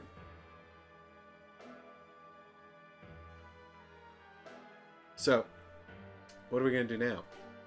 What'd you draw? Do I draw now? I'm still in the dream. I do draw. Yeah, of course I do. Okay, let's have a look and see what we got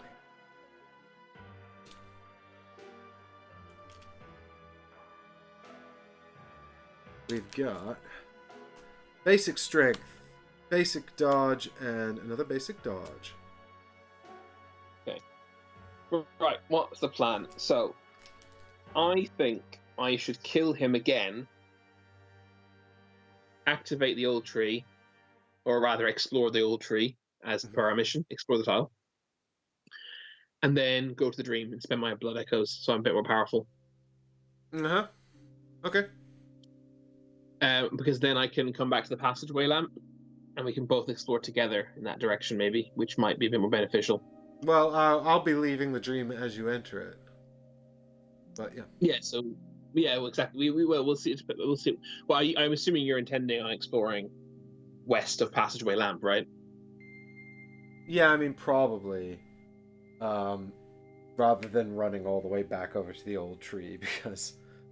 Well, I mean, you could respawn at the tunnel and lantern, but it's just the fact that every time we have to go through this damn old tree tile. It's very frustrating. Yeah. The old tree is inconvenient and long, so I suggest we ignore it and we move west once you've resolved this business. Yeah. So the question is, how do I kill him? I suggest hitting him until he dies from it. Yes. I mean, I'll take damage, but if you're going to the dream, yeah, it just doesn't matter. Exactly. He's just gonna do to yeah. I think it's fine. Actually, I'll probably have to go to the dream next turn because I'll probably kill him. It'll take all my cards to move into his space and kill him. Actually, though you need to interact as well. Yeah, it will. Yes, I won't be. Yeah, so next turn I'll interact, and then go to the dream, I guess. Yeah, I guess you don't need to interact this turn because we still need to insight as well in order to progress. Yeah, I have to spend 1 card to move into a space, and then I cannot do 4 damage in one go. The only way I could do 4 damage in one go by using the Beast Blood penalty, but I don't think it's worth doing that. I might as well just. Well, I guess I mean I could. No, it won't. No, it won't. No, it's definitely the right thing to do. All right, I'm going to use a basic strength to move into his space, and then I'm going to attack him with. Yeah, I basically have to use all these attacks. So I'll use stagger in quick stab, and hope he draws the basic. Not that it makes any real difference. Okay, so he's gonna draw basic. Yay! So that means you've staggered it because it's a medium speed thingy. So you've staggered it and you've dealt to him 1 damage. And then I'm going to attack him again using my basic strength into my second slash slot. Yep. And he's going to do his special, isn't that right?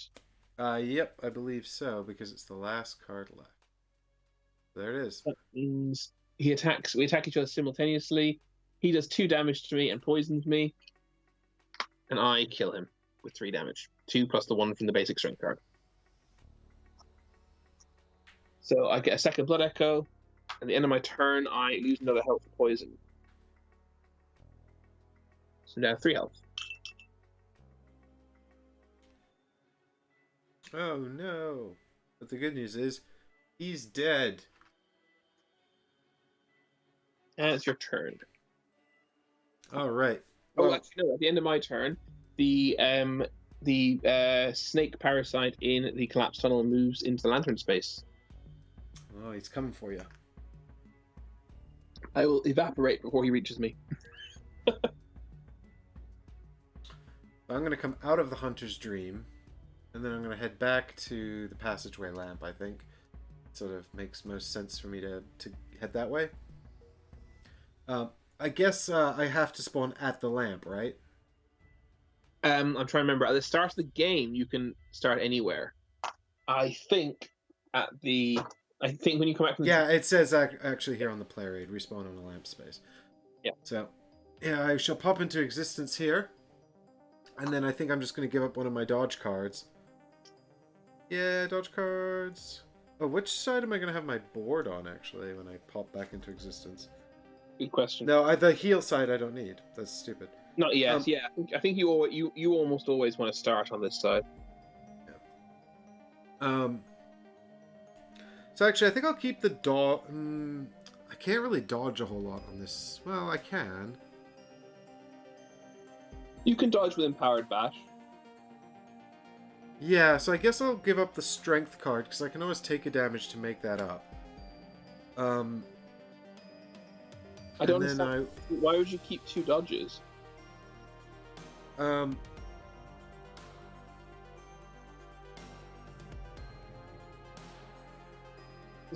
just in case I do. There's no way you're gonna dodge. Yeah, I mean, I guess it doesn't actually matter, does it? Yeah. So I'll keep the strength card and give up a dodge. And then. Oh, unless what you were thinking was you might run into trouble here, and then you're going to be attacked by the snake ball south of you and something in here, in which case you actually want to end your turn and just dodge. But you can't dodge because you're slow. You can only dodge once at medium speed and the other time at slow speed. No, because dodge clears the slot, doesn't it? Oh, yes. Okay, so yes, there is a scenario in which you might want to just end your turn after this one move and double dodge. It is possible. But I think I'd probably be better off killing an enemy anyway. Sure. Yeah, probably. Then you can dodge once. Yeah. So I shall move south and do an explore. And what we're revealing here is mud pit. Oh dear. Oh, it's got a pig in it. Yep. We need a new enemy. Yep. A man-eater boar is always the enemy that spawns on this tile. Oh no, it goes north. No! Our plan is... now I'm in a space with an enemy, so... Oh, this is bad. We need to find another lantern beyond some of these enemies. Pronto. Look, it's a big pig! Blech. Oh, the first time you see one of these in the game, it is like a what the hell is that moment. It's so surreal. It's like big and scary. They're so big. And they're tough, and I have actually taken the liberty of reading their enemy card earlier on. I didn't actually know that this was a possibility, that this would appear. Ooh, it does a lot of hit points. Yeah, they're not fun. I mean, they are fun. They're fun in a not fun way. It's hard to explain. Uh-oh. Oh my god, they've 8 health. I hadn't realized that. Yeah. So we've got 2 sides to this card.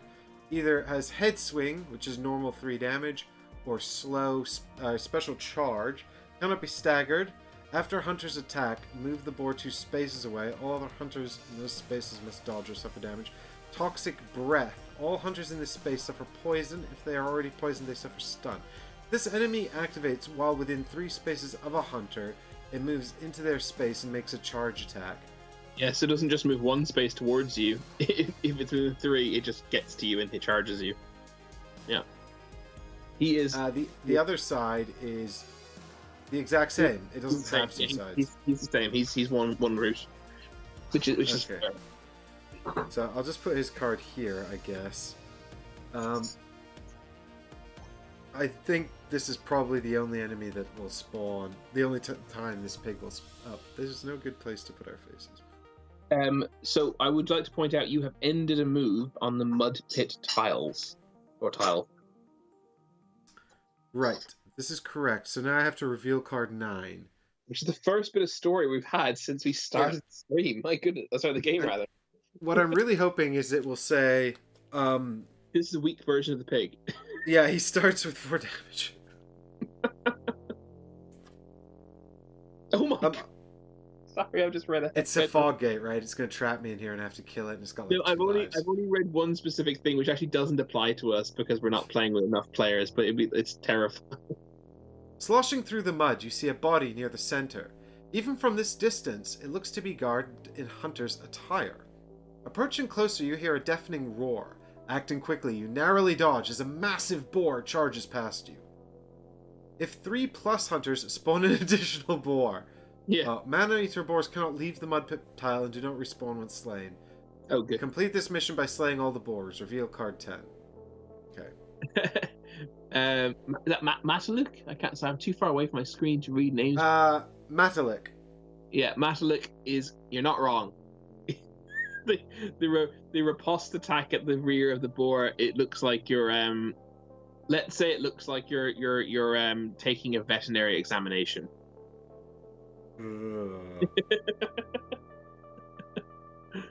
Okay, so I'm gonna have to reset his deck. When you said that, I thought you were having a long journey home. Yeah, you weren't gonna. You were definitely gonna get back before we were finished. So I'm gonna have to reset the enemy deck here. So that means this pig could do anything, and I don't think there's anything I can do about that. Nope, you have come across this pig at the absolute worst time. Well, it can't leave the tile, so I could just leave. But that's true. Yeah, you could bail. I am also thinking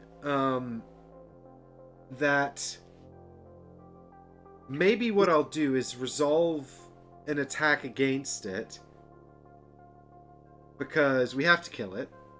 You could end your turn and let him attack you. Yeah, I could do that actually. Snakeball won't reach you. Yeah, Snakeball won't reach me. It'll come close.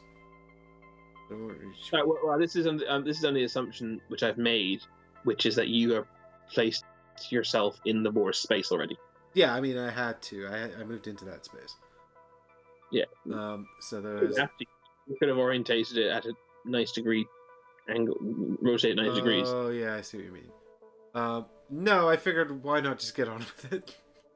I agree. I think you should just give it a bit in your turn, dodge, and smack it really hard. Yep. Yep, I think that's probably exactly what I should do. And you might even get lucky and be able to stagger him.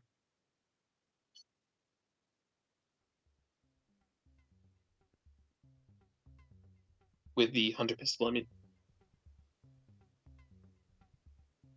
Yeah, well, I'm going to have to, because any 2 attacks from this thing insta-gives you. Or no, you have it. You're going to end your turn, so he's only attack you once. Yes. But he will have another opportunity to hit me next turn, because I can't kill him in 1. I can get close to it, but I can't. You can run away next turn if needed. No, I'll kill him next turn. Yeah, I think you got him. I think you got him. Yeah, but then I got to deal with the snake ball too. Yes, this is true. But yeah, well, you're going to the dream this turn, so you can come and help me next turn. Exactly. Okay, so what am I doing here? Right, I'm ending my turn, which means that we're actually going to go ahead and activate these monsters in order. which means that Yes, actually the first thing that happens is this snake head moves north, the snake parasite. I'll put him in the western side. Yes, I agree. Oh, actually, sorry, I was going to say eastern side because we might want to go west. Oh, but we'll probably go west off of them. Well, no, because once you've killed this pig, that tile becomes a clear tile. Yeah, it doesn't really matter where this guy goes. Yeah. But if we put him in the western spot, he'll be slightly closer to the way we're going. Okay, sure. Yeah, that makes sense. And then the snake is going to move into the spot south of me, and the pig is going to activate and attack me. It says here on the pig card, if this enemy activates while within 3 spaces of a hunter, it moves into their space and makes 1 charge attack. I'm going to assume that that only applies if it's within 3 spaces of them and not in their space. Because the same space also is within 3 spaces. However, that would mean that rules as written, it only ever does charge attacks, which can't be right because it has a whole behavior card. So, Well, no, because it was because it would still do other attacks when you initiate the combat on your turn. So I think actually it is right. I think actually it will do a charge attack. Okay, well that's fine for now. I don't think it matters a great deal because you're still going to be able to dodge it. Yeah, but it could matter next turn. Actually, maybe it won't. We'll see. In any case, here's what I'm going to do. I'm going to put... because I'm going to also hit it. I'm going to put... So he doesn't draw a behavior card, that means. Yeah, he's just going to do a charge. That's what we've understood, right? Yeah. And the charge is 4 damage, slow attack, can't be staggered. But it also says, after the hunter's attack, move him 2 spaces away. Yeah, it's fine. He can't move 2 spaces away, so they'll move 1 space away. Yeah, that sucks. Not ideal. Not ideal. So the question is, do I take damage to deal extra damage to him? And he's going to do 4 damage to you. Oh, he's not. No, because I'm going to dodge it. Yeah. The thing is, if I do 6 damage to him, I could kill him with a normal attack next turn. The snake ball will be there with you too, bear in mind. Yeah, but you'll just come out the dream and kill the snake ball and save me. Sure. Yeah, so actually I think what I'm going to do, because I don't think I'm going to get another dodge next turn, because I just discarded 1. I've gone through 2 dodges already. So what I'm going to do is I'm going to put dodge into empowered bash here. Because it's normal speed, I can dodge his charge. And I'm simultaneously attacking with empowered slam with a +1 strength in it. And then I'm going to take 2 damage to do 6 to him in total. Cool. And that leaves him on 2. And then he's going to retreat 1 space to the north, because I don't want him going into the same space, and you guys can't see that, so I'll just move my face. So he goes to the north, because I really don't want him to go into the space with the snake. I feel like that would be that would make this bad situation even worse.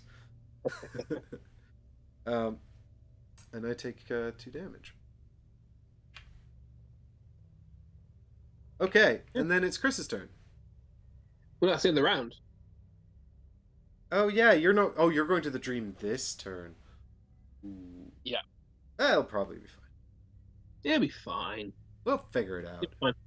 No, it is going to be fine as long as you can kill him, because when you move into his space, you're not leaving the space nor the tile with the snake ball, so the snake ball won't pursue you. And then when he activates at the end of your turn, he'll move 1 space into the center mud pit space and won't actually get to you. So yeah, it's fine. It's fine. So you need to shuffle your deck, don't you? I do. Not that it matters, because I don't think I'm going to do much of anything. I haven't even got any attack slots available, so I can't even, if I wanted to kill that other Ouroboros, I can't. Mm-hmm. But for the sake of transparency, I drew a dodge, a stagger, and a draw 1. So basic vitality, basic endurance, and basic dex. What about you?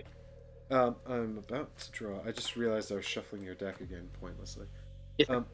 Right. I've drawn a basic dodge. So I have got my other dodge card. I've got basic stagger and another basic stagger. Okay, I think you'll be able to kill him. Yeah. Without much trouble. Yeah. I don't think there's any point in letting you go first in case you fail to kill him and I save you, because I can't save you. I'm too far away. This is correct. Right?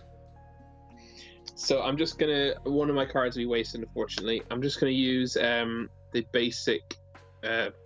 draw 1, the basic vitality, to interact with the old tree, which just means I'm exploring the area, placing the insight token from the hunt mission onto it. So we have finished that section of it. We just need to get 2 insight. Yep. I'm working on it. So I know I'm gonna help in a minute. So the only options I have now is I'm gonna go to the dream with one of these 2 cards. Do I want to explore another tile with this other card? Oh, I don't think you want to explore at the end of Old Tree.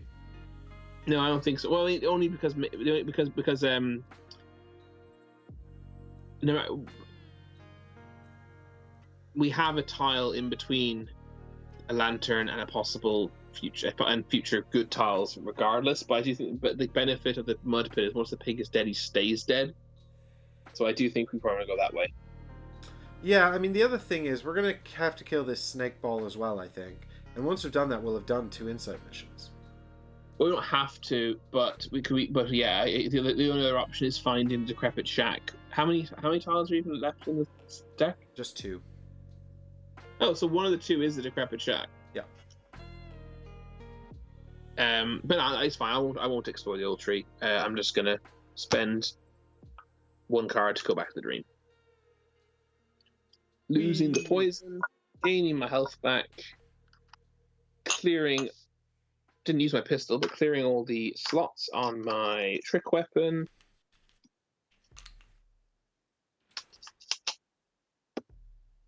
And then I'm going to purchase a tireless. And can you reveal a replacement, please? No! Haha! No! The replacement is... that's not right. Hang on. I revealed a consumable. Wrong deck. In fact, I've revealed defensive, block 2. Defensive, he says. We're going to have so many fortitude cards. Oh my goodness, why can't I find defensive? There it is. I think I'm going to buy adaptive. I think that makes sense for you. Yeah. That's my second Blood Echo. Need another replacement when you get a chance. Okie dokie. So, this is Blood Echoes returned, and we're going to have a replacement, which is Visceral. It's a skill card. It does stagger and +1 damage. A great card. Better when you have fast attacks. But, So I'm going to lose a basic draw 1, same as you did, basic vitality for my tireless. And then I'm trying to decide what the second one I should lose is. I could lose a basic dodge to get this adaptive better dodge. But but basically it has dodge and stagger, so it basically kind of can be used as a basic dodge or basic stagger. And because dodge clears slots, I'd like to keep those because it works with my Kirkhammer. So I think I'm going to lose a basic stagger.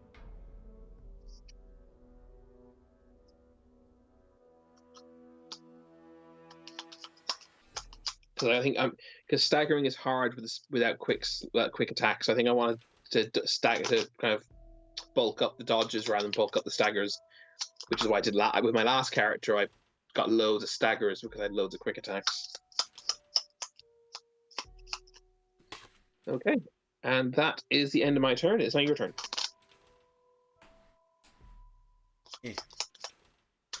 Okay. Right. I'm over here dealing with this shit. This is perfect because actually the snake ball is gonna end in the mud pit as well, which means I'll be able to get into him quickly next turn. Right. Stagger has to be faster. Right? Yes. Yes, unless you have a trick weapon that says it doesn't. And I think that's why I keep getting confused, because I just didn't do stagger, I think, in the last one. Really. I was mostly dodging. Yeah, see, my last character had quick attacks and could stagger at the same speed as people. So yeah, that's why I was all that stagger. But and then also I wasn't staggering, so I was just kind of like, that's how stagger works. How Chris is doing it. Okay, so what I will do is I'll give up one of these stagger cards to move into the space with the boar. Get him! And then what I'll do is I'll use my other stagger card to activate Empowered Slam. Right? Or do I do... No, I do Empowered... No, damn it. Shit. Hang on. He didn't reset the AI deck, so I don't know what he's going to do. But if I end my turn, though, he will do a charge. Correct. So it's better to end my turn, actually. Because then you know you can stagger him with Empowered Bash.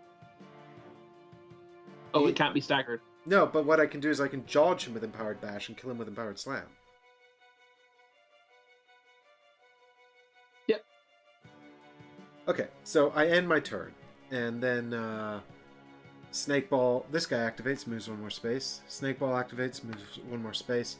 And the Man-Eater Pig charges, and I play this into Empowered Slam, and then I play Dodge into Empowered Bash.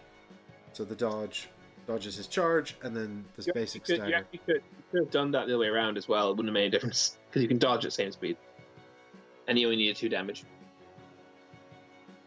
Yeah, it doesn't make any difference, though, right? No, it makes a difference, I'm just saying. But it's good practice to remember how the game works. Yep.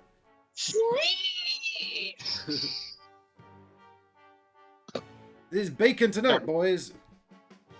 I don't think I want to eat this thing. This doesn't look right. Look at the artwork. Did you show the artwork, actually? I did, yeah. On the card? Show it again. It's vile.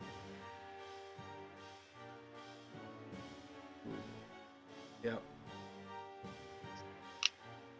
Well done, sir. You get 1 blood echo to represent you killed an enemy much harder than normal enemies. Boo! I feel like I should get 1 additional blood echo. Yeah. And then we reveal card 10. Yes! And I suppose this is the one downside of my plan, which is that now we don't have any opportunity to react to card 10. But no. I'm hoping it's just going to say you've completed the insight mission. Here, have an insight, but we'll see. 4 more boars spawn. I think I've been forgetting to move the dream token, Chris. Is it in between the 2 red ones? It's 1 after the first blood moon. Right, that moved when... but didn't you just end a round? We just ended a round, plus you would have moved it on from going into the dream. Oh, yes, I didn't move it on from when I went into the dream, yes. So it should be 2... It should be equidistant from first and second blood moon. You're quite right. So, what we've got here is... Slain Hunter. Distribute the Yosefka's Blood Vial reward and Blunderbuss firearm among the hunters.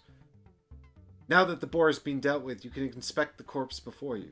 Just as you thought, it is indeed a hunter.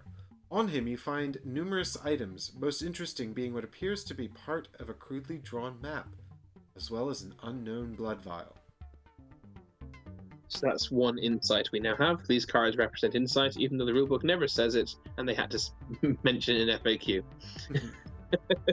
So, Yosefka's Blood Vial is, of course, going to be an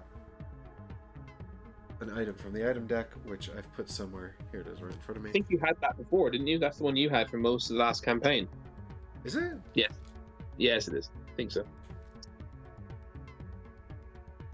Nope, this just says Hunter's turn, heal 2. Is that not what you had last time? Don't think so.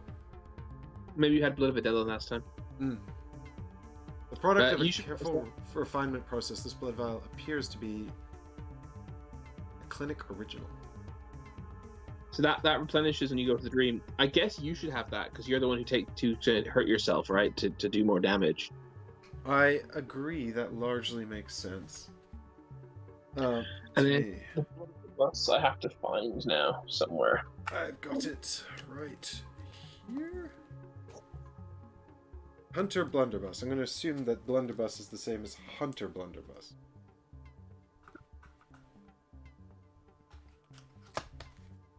Okay, so it says Hunter turn. Deal 1 damage to a non-boss enemy in your space and move them 1 space away. That could be quite good. So it's kind of like it's what we call a no fuck off. Say again. This card is called a no fuck off. No. Get out of here. Turn. Oh, but you use it on your turn as opposed to in reaction to a thing. So you just flip it over. It costs 2 to refresh it, so it's more expensive to refresh. Discard 2 cards to refresh it. But on your turn, you can flip it to deal the damage to an enemy and move them 1 space away, which could prevent them from activating and coming into space and hitting you. So who takes this? I mean, if you want it, you're welcome to it, because I can't immediately think of a useful way to use it. I think it's roughly equally useful. The only argument I would possibly make would be that, which is not an argument I need to make, because you just said I can have it, but genuinely trying to parse out who should have it. Whoever takes it loses the ability to stagger a basic attack. Yeah. So I'm slightly better at dodging for 2 reasons. 1, I have faster stuff, slightly. And 2, I've got 4 dodges in my deck. You have 3. So if someone's going to lose the basic hunter pistol, it probably should be me. Yeah. I mean, I think you can take it for now, and then if I constantly find myself going, I sure wish I had that blunderbuss, and you're like, I'm never using it, we can just swap it back. Okay. Cool. There you go. So I've given you the Hunter's Blunderbuss. I'll put your Hunter pistol in the save bag somewhere. I don't actually have any save bags at the moment. And I've taken Yosefka's Blood Vial, which I can't use because it's not my turn. So, I think, though, that's it, right? That's the end of the round, yeah. Yeah, so we're going to move on this. It's going to be Blood Moon in a minute. And draw 3 cards for me. And I've drawn a basic fortitude, a basic skill, and a basic strength. Can you repeat that, please? A basic fortitude, which is that constitution you're calling that, is it? Yeah. And skill. So the draw 1, stagger, and +1 damage. Can you just stick to one deliberately incorrect name? I was managing Constitution. I got adaptive, basic strength, and basic vitality / Constitution. Okay, do you want me to come and deal with this snake ball for you? How much health do they have? 3. Well, so the reason I'm pausing is because I think I can kill it.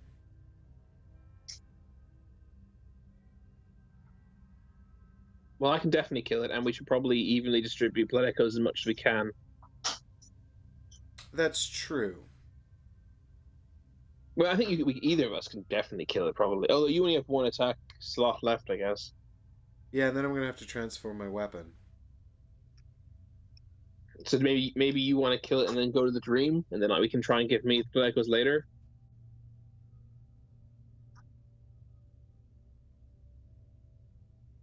Yeah, I think so. Well, so the reason I was thinking... Yeah, I mean, it's kind of like odd how we've kind of fallen into this pattern here of kind of like alternating back and forth into the dream. Which makes sense in a way. It does kind of. Because the thing I'm thinking is also, like, if I kill the snake, we're going to unlock the next major story part, and because you're in the dream then, you can sort of pop into existence and deal with whatever that is. Yeah, that makes sense. Okay, well, let's do that. Let's do that. Let's do that. All right, let me We'll just. just try and make sure we'll try and manipulate it so I get the next. Well, not necessarily the next, but try and catch up then with Blood Echoes. Yep. I think you'll have plenty of opportunities. I Yeah. think. Okay. Murder him then. Okay, so I'm just thinking, how am I going to do this right? I think I'm probably just going to have to soak an attack from him. What we don't want is for him to draw the ability card. That would suck balls. But I What would don't that do? That would do... spawn another one. Wow. But also, I don't think there's any way of No, stopping if that. it happens, it happens. You really cannot stop that. Yeah. And then stagger doesn't work at the same speed. So No. that's fine. So yeah, realistically it's Just use a strength card, I guess. yeah, I think I just put basic strength into empowered bash. That kills him, and then I'm either poisoned or I take 1 damage and poison, or 3 damage and that's it. And he'll die anyway. And then I've got 1 card left. You'll die if he draws ability followed by special.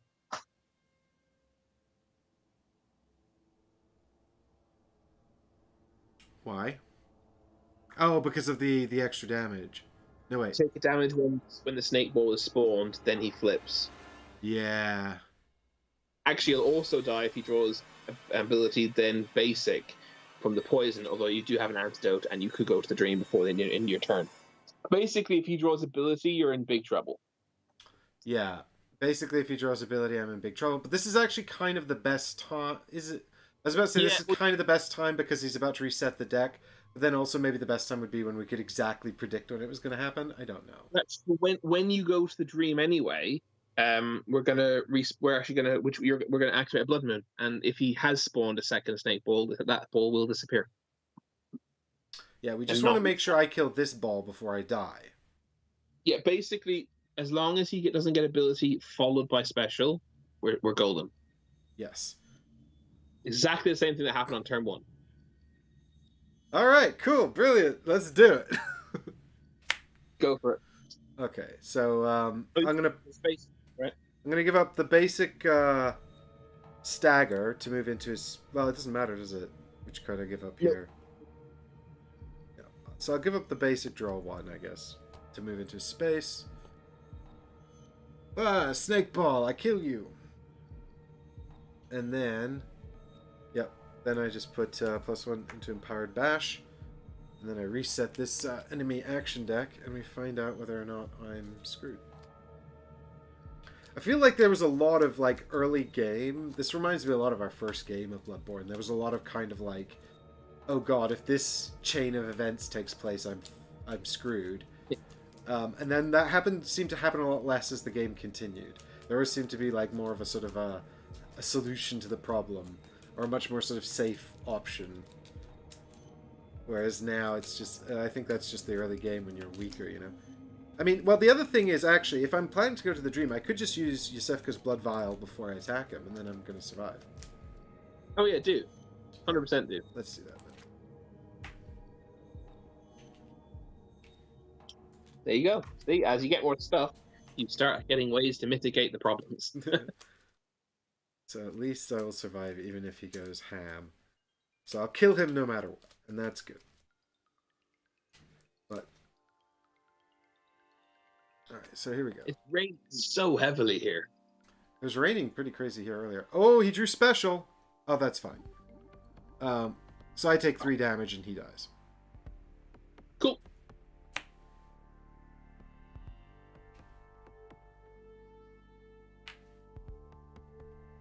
Blah!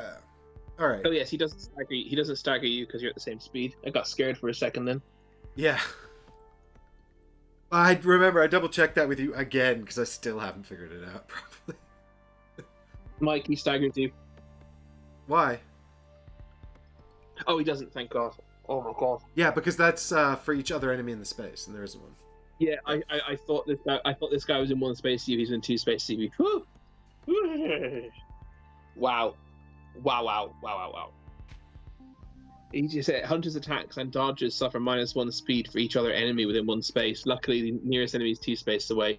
If he wasn't, you'd be attacking at speed 1. He'd attack you at speed 2 and stagger you. That was close. All right, take your second blood echo, and I assume you're leaving to go to the dream now.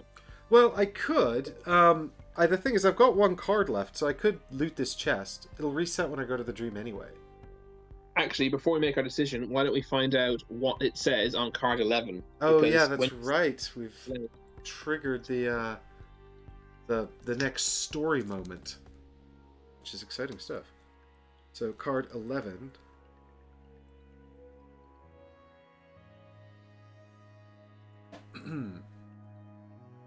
Den of Serpents. The creatures that inhabit the woods are steeped with poisons.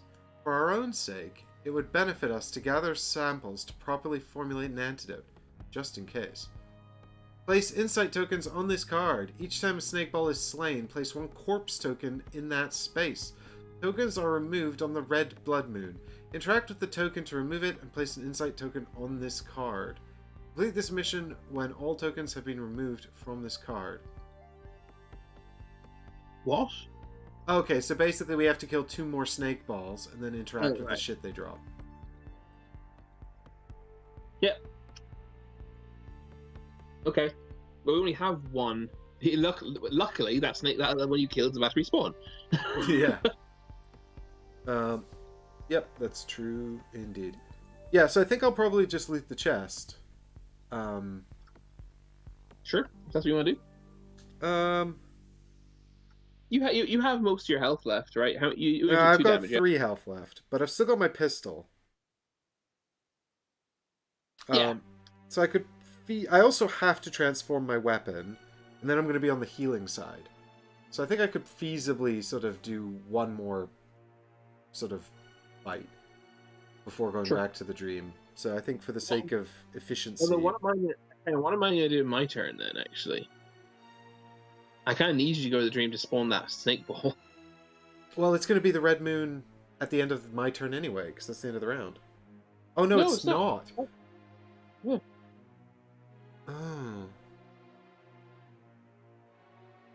Oh. Right. I mean, if that's what... I mean, I guess the thing is we still need to explore to find another snake ball. So you could go exploring.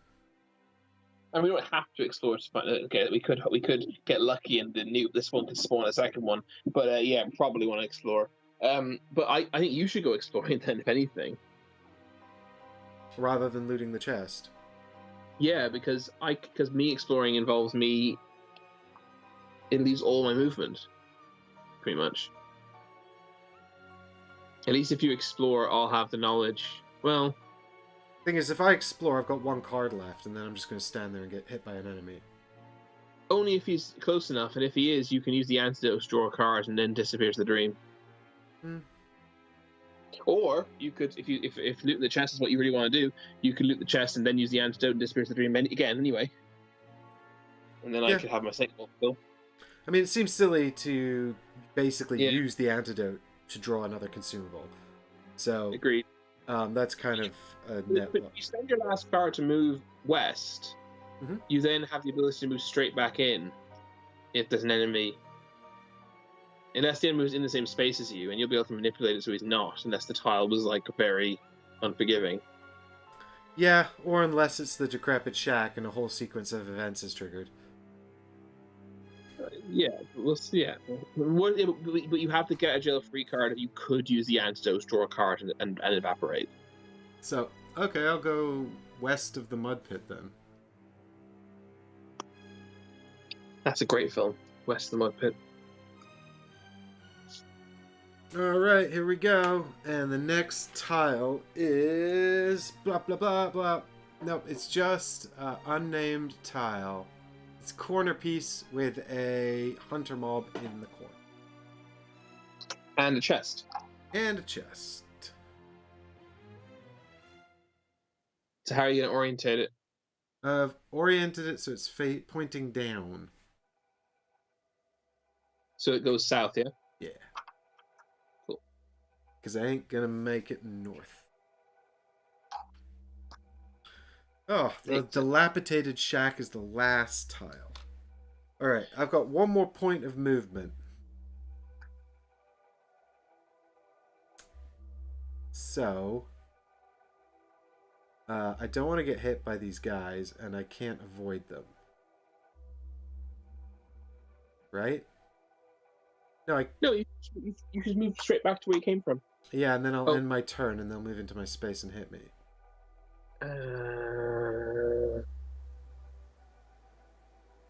So yeah, I don't think I have a choice.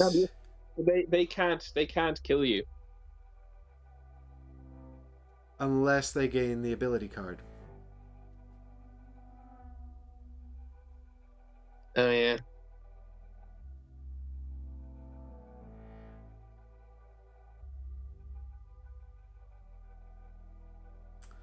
So the question is,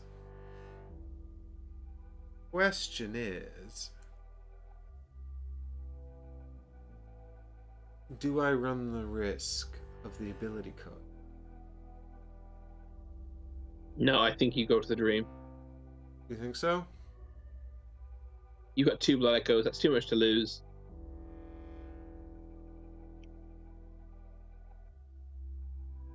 In my opinion.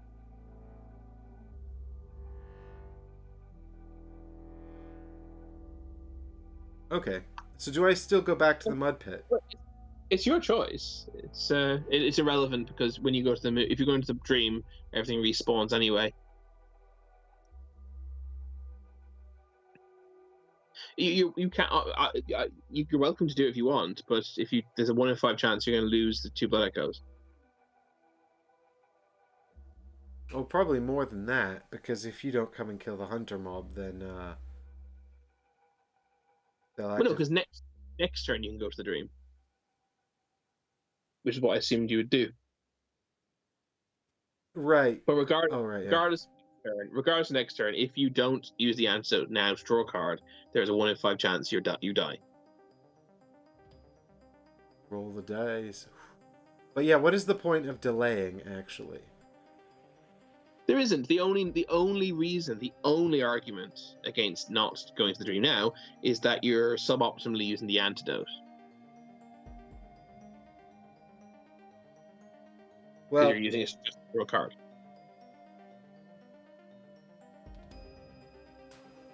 Yeah, I mean, the other argument, I suppose, to maximize the profitability of visiting the dream, is if I use the...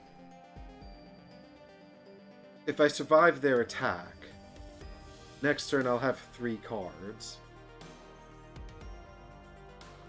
If I could transform my weapon and kill them, I could go to the dream with an additional echo, but I don't think I'll get it.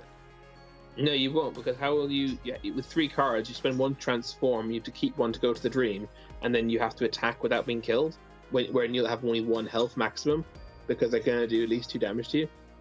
Yeah. It's impossible! Let's fuck off!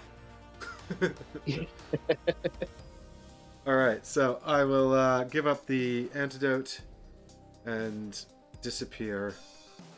What did you draw? What card did you... Oh, do you mean from the top of my deck? Indomitable! Damn it! That's annoying. Yeah, that is annoying. But also, I guess I would have had... I could have just elected to stop my movement there, right? Yeah. Yeah, okay, so I have done that, so they don't move or anything. It doesn't matter, they're reset, everything's respawning. Yeah. Blood Moon. So I have to move on the token here, and it's a Blood Moon, and everything goes home. Ah, get back to your spots. This guy's almost falling off the table. So I'm assuming you're buying Bloodthirsty. At least the pig doesn't come back. Yeah, thank goodness. Yeah, good lord. Right, that's healed. These are all back into the deck. We're gonna rebuild the whole deck. I didn't get any of my new cards. I got shuffled to the bottom. Yeah, I think I'll buy Bloodthirsty. That's a good one for me. Because if I can kill people, I can draw a card and heal. I've got this sort of big damage thing. And then that's going to be replaced with Agile. Stagger and +1 speed skill card. +1 speed is good for both of us, so... Indeed. That's that. It's also got stagger on it. So currently we've got agile, leaping, visceral, and defensive. Yep. And you can have one more card. Yeah. The thing about visceral is that stagger's not great for me because without the speed bonus. Stagger with the speed is good for you, so why don't you take the agile and I can always take the visceral, maybe. We'll see, but... Cool. Well, I'll take agile then if you don't. Yeah, it makes sense, because you can make a strength 2 attack fast and strength 2, like in Power Bash, and I can make a quick strength 1 attack quick and strength 2. So we actually can do the same thing from different sides. Yeah. So it makes perfect sense. Agile is replaced with adaptive. Another adaptive. That's the dodge. Sorry, you were stagger. frozen for a second. What'd you say? That's adaptive. Dodge stagger. That's what came out, yeah? Hmm. Cool. I can always have that maybe later. We'll see. And what are you dropping from your deck? Yeah, this is a good question. I think I'm going to drop a basic stagger. Yep. And a basic strength, I think. I'm just going to upgrade the like for like. I agree. That's exactly what I thought you would do. I think it's the most sensible option. Okie dokie. Why am I shuffling your deck? Okay, right. so you've still got an entire turn. Yes. Have you respawned all the enemies? I have. Excellent. So I guess I shall reappear on the passage lamp. I shall spend a...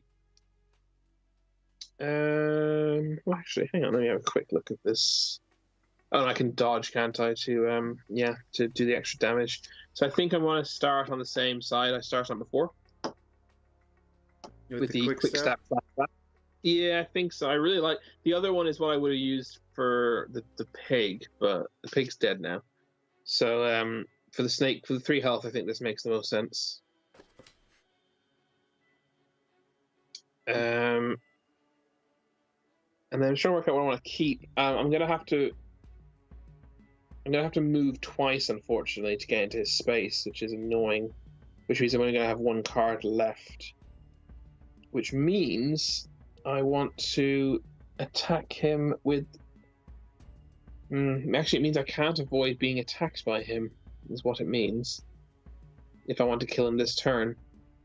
But if you could get him to spawn another one, that would be great. Yeah, I think I was going to do it. I mean, I haven't got any blood echoes, so dying whilst it loses us around the game, we haven't died yet. I think I'm going to do it. It's just a matter of do I want to...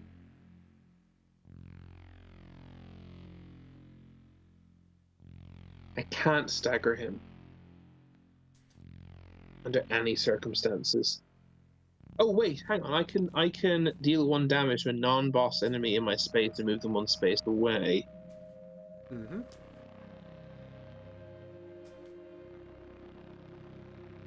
So... Is there some way to use that? Yeah. So what I'm going to do is I'm going to use my basic Vitality/Constitution to move 2 spaces into the mud pit. Then I'm going to use my basic Strength to move 2 spaces into his space, and I'm going to I'm going to initiate a combat, so it's still my turn. And I'm going to use my adaptive card in Quick Stab.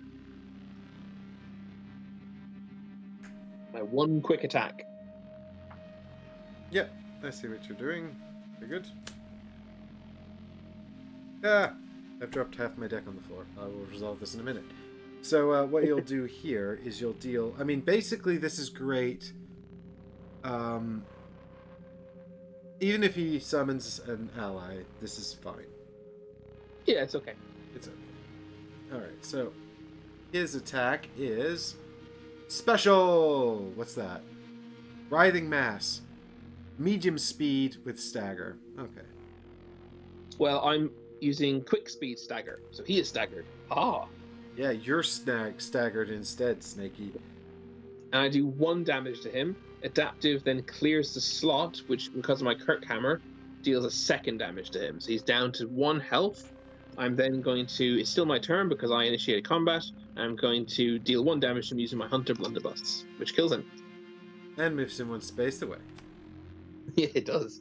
Let's not do that because he dies first. And then he drops the thing in. He drops the corpse token in the space I'm in. Oh, yeah, okay. Fair enough. Forgot about the corpse tokens. Yeah, so just need to interact with it, which is annoying. Do we have corpse tokens? Yeah, they're not very good tokens. They're just a little token, which is a corpse with a glowing white core. I mean, it represents a human. It looks like a human corpse, but it's representing a snake ball corpse in this instance. Yeah. And then end of the round. So end of my turn. So this, the snake parasite moves 1 space toward me. I moved him east. Okay. And then at the end of the rounds, we move the blood moon. Move the round track around 1 more space. It's now right of the 2nd blood moon. And that's the end of the round. Okie dokie. I have drawn 2 basic dodges and a basic strength.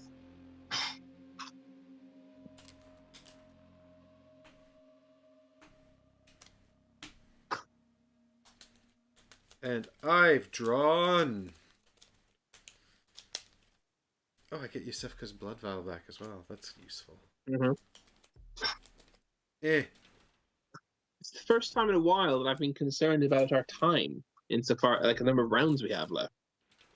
Yeah. I mean, we might be playing it a bit too safe. I don't know. I don't agree at all. I mean, I think we've done very well. We haven't died. We've only gone to the dream 3 times between us. Both times every time to spend 2 echoes. I think we've been pretty efficient. We'll see. Well, I've got 2 basic dodges and a tireless. Yeah, so we're both into dodges at the moment. We're both very dodgy. So I think, do you have to interact with this token then? You do, don't you? Yeah, it's annoying. Well, the thing is, there's not a whole lot for me to do because I have to come back at the passageway lamp. So maybe you could go exploring instead, and then I'll catch up and do that for you. So I have to come over that way anyway, don't I? Yeah, but the question is, do we want to go? We could go north from Mud Pit, reveal the shack, and hopefully it has a snake ball on it. I think it must do. Yeah, but the thing is, if you go east from where you are, then it's less distance. Is it? For you? No, for you. I mean, when I spawn, it's... Yeah, I mean, if... Like, if I spawn at Passageway Lamp, it's 1, 2, 3, 4, 5 spaces to the gate south of you. Well, I could leave that corpse and get you to interact with the corpse. Well, that's what I'm saying, and then yeah, right. Okay. I'll do the corpse, and then you can go and deal with whatever the decrepit shack is. Okay, I think that's a good plan. So I'm going to use one of my 2 basic dodges. No, oh god, no, it's you who has the tireless, not me who has the tireless. Damn it. Why does that matter? Oh, I was hoping because I could have attacked whatever's on the shack to draw another card. Oh yeah, okay. It would have meant I might be able to do everything. Yeah, it's fine. In that case, do I want... No, it's fine. I'll use a dodge. I'm going to use a basic dodge to move 2 spaces. So I'm moving to the southwest space from where I am, and then I'm moving west. And you reveal the decrepit shack. Oh, which is a dead end and also full of monsters. Yes, this is not ideal. But you have discovered Snake Ball number 2. Excellent. And there's 2 treasure chests. Yeah, that's nice. Oh, there's Hunter Mob as well.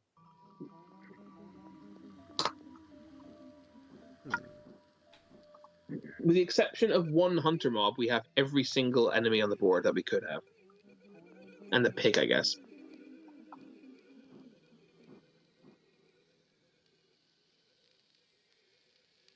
Do we? No, we don't. Oh, no, we don't. Sorry. I've got half in the box still. Yeah. I was only working off of the ones that I'd taken out. I was like, I got 3 more snake balls over here. Like, Yeah. My bad. Okay. So the Uruburu behind me actually follows me in. Well, sorry, not in. Follows me to one space behind me. mm-hmm. And this has suddenly become not awesome. Yeah. I mean, the Uruburu behind you can kind of ignore because I'm going to go that way and he'll come after me. Yeah, so I could. Well, yeah, but if I move in, but the problem is you've got 2 things coming at you. Yeah. So here's kind of my thinking. I think this is a rough sketch of a plan, but I think that you end your turn. Oh no, then everything moves into your space. Then everything attacks me. God, yeah. Yeah, that's the problem. Oh god. I can move into their space and then dodge one of them, and I just have to tank one hit. Hopefully the snake doesn't spawn another snake, because then I get hit by another thing. Well, do you know what we have to do first is read the story? Yes, good shout. Yeah. So end a move on the Decrepit Shack tile, reveal card 6. And you are ending your move on the Decrepit Shack. Maybe this will help. Who knows? A survivor! Approaching the creatures within the old shack, your gaze falls upon a figure. A figure slumped against the far wall. An old man, grievously wounded but alive. His eyes look up at you as you gain the attention of the foes before you. Place 1 survivor token in the Decrepit Shack. Interact with the survivor token. Reveal card 7. Place 1 survivor token in the Decrepit Shack. Can we choose where to put it, or does that mean at the back of it? It says Decrepit Shack space. Oh, does it? Oh, yeah, it does. You're right. Damn it. So this is the survivor token. This is our old man right here. Oh. Invisible old man.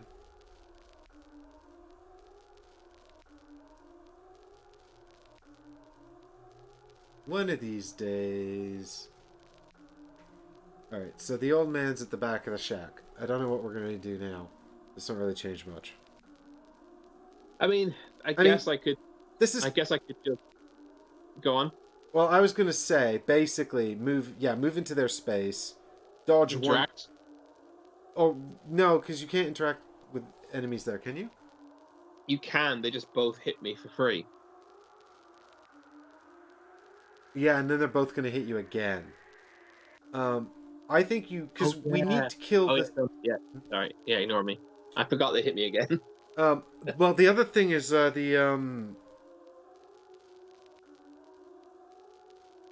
we have to be careful, because if we don't get the corpse tokens before the blood moon, then they'll go away. You'll definitely get that one. Even if I die, you can just focus on getting it.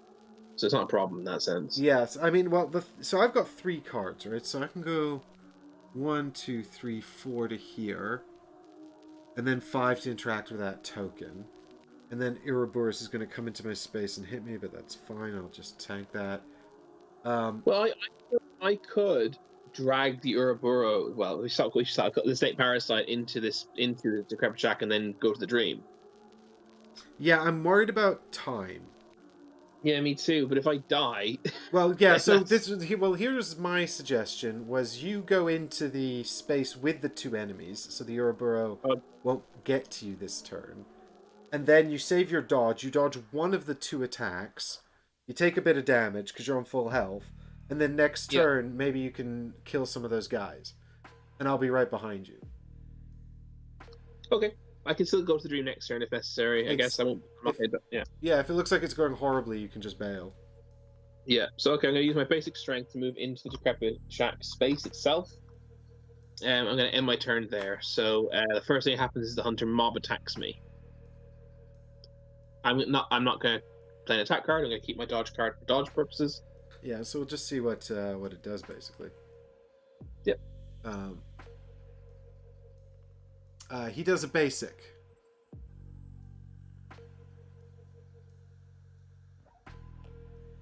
I'm not gonna dodge that. So you just take 2 damage. I think that's reasonable. What have we got here? So now my deep concern is that the snake's going to summon another snake. Yep.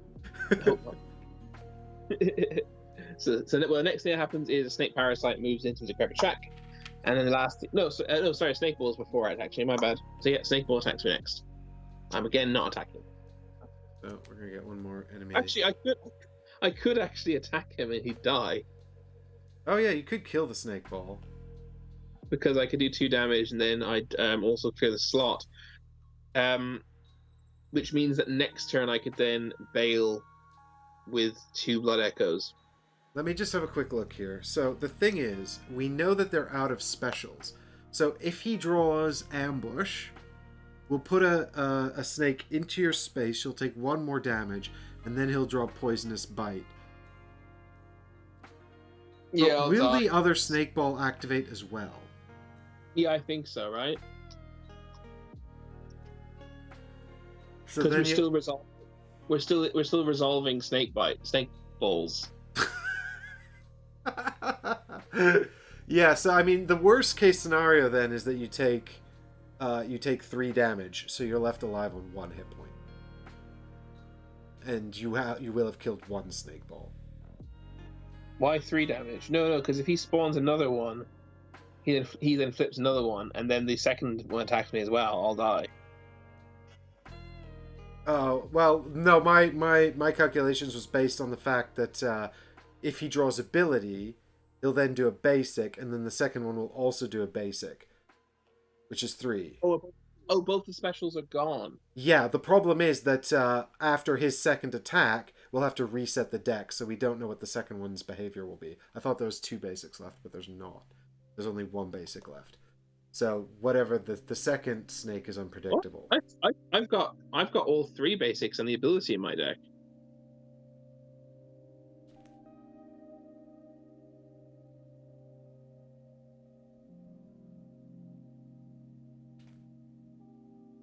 I've drawn special. Hang on. I'm missing a basic card from my enemy behavior deck here. I don't know. I must have... Oh, I've put it down over here. I think this is the card I actually drew to just play. That's why. So, yeah. Oh, So, yeah. Oh, yeah. So, yeah. So we can predict the behavior. Worst case scenario, you take 3 damage. which is ability basic. Yeah. So is it worth killing one then? Probably. Yeah, I think so. Otherwise, they're all going to stack up, and that's worse, right? Yeah, and then if I'm really lucky, next time I might even be able to loot it.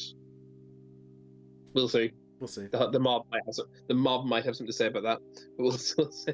So we're going to play basic dodge into slash then. Correct. Okay, cool. So here's the card. And hopefully he'll just do basic. It's ability. For God's sake. Wait, no, I'm going to die because I'll be poisoned as well. Oh, no, that poison. That's at the end of your turn, and this is not your turn anymore. Ah, yes. Right? Yeah, this is their activation. Yeah, this is enemy activation. Yeah. Which is not your turn. That was my understanding, but I sometimes forget that because it's end of the hunter turn, all enemies within 1 tile activate. It's not during the hunter's turn. There's an enemy phase that you have to resolve. But that's an important nuance, and I play a lot of these kinds of games, so it's easy to forget which one's which. Okay, so basically we get another snake ball popping into existence, which deals 1 damage to you, and Then we have to draw another behavior card, which we know is going to be basic for the first snake ball. But also so it deals 1 damage to you and poisons you, and then it takes 3 damage and dies. Yeah, and the next one does the same thing. And you get 1 blood echo. Then the next and one corpse. Same thing. And there's not like No, I checked. there's no if you're already poisoned, take a damage. Thank God. I did check. I was just having a quick moment of panic there. All right, so cool. Unfortunately, the second snake ball is there. It means there's no way in heck I'm going to be able to loot that corpse before I go to the Hunter's Dream next term. Oh well. Well, and then the snake site moves into the shack as well, by the way. Yeah, that's right. He moves in here. It's your turn. And actually, does the hunter mob above you move south? No, I don't because believe it's not connected. There's no gate here. Okay, cool. So I'm gonna pop into existence over here, back at the passageway lamp. And then I'm basically just gonna discard 3 cards to go 1, 2, 3, 4, and then interact with this corpse. Yeah. So it says, what do you do? It says you Where is the mission? Den of Serpents. Place 2 insight tokens on the Den of Serpents card. Each time a thing is... Yeah. So we interact with the token, and we basically remove the corpse, and we also get to remove a token off of this card. And that's like represents us getting some research.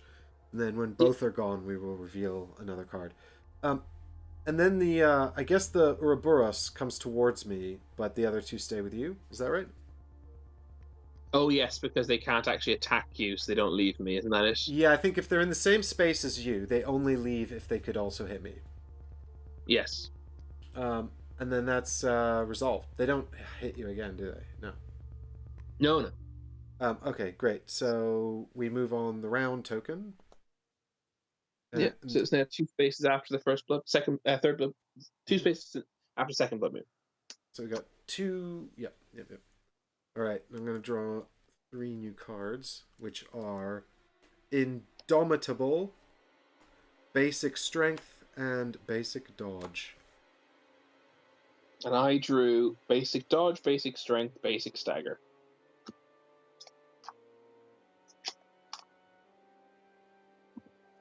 So I have 1 health and I'm poisoned. So if I will die in this turn no matter what. Unless you go to the dream. Well, I am going to the dream, but the question is, do I want to do anything else first? So you had Basic Dodge, Basic Strength. Is that right? What were your 3 cards? Basic Dodge, Basic Strength, Basic Stagger, yeah. Yeah, okay. Yeah, I'm just... Do you want me to bring the snake ball to you? Yeah, I'm just trying to plan out my turn.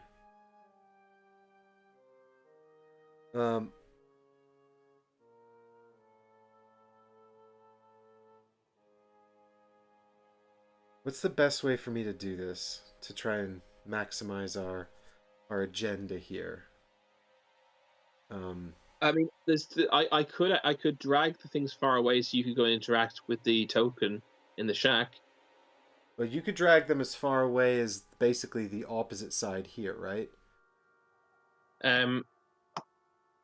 I'd move 1 space the first time, so that I leave their tile the second time, I guess. So I move 1 space the first time, they both follow me. Then I move 2 spaces, and they follow me into the Ouroboros space. Then I have to leave. So that's the best I can do. Get them into the Ouroboros space? Yeah. I mean... Yeah, I suppose the idea is then I'd have to go 1, 2 through that space. They'd follow me into the shack. No, there'd be no way I could get into the shack then without them. It doesn't help. Yeah, that all doesn't help, and because I'm poisoned, I can't even wait around. Yeah, you've got 2 cards, right, and then you have to leave. Exactly. You can't risk doing anything that's going to cause you damage. No, there's nothing I can do. I mean, Right, I forgot to draw the basic attack card for that snake last turn. I'm just trying to think if there is like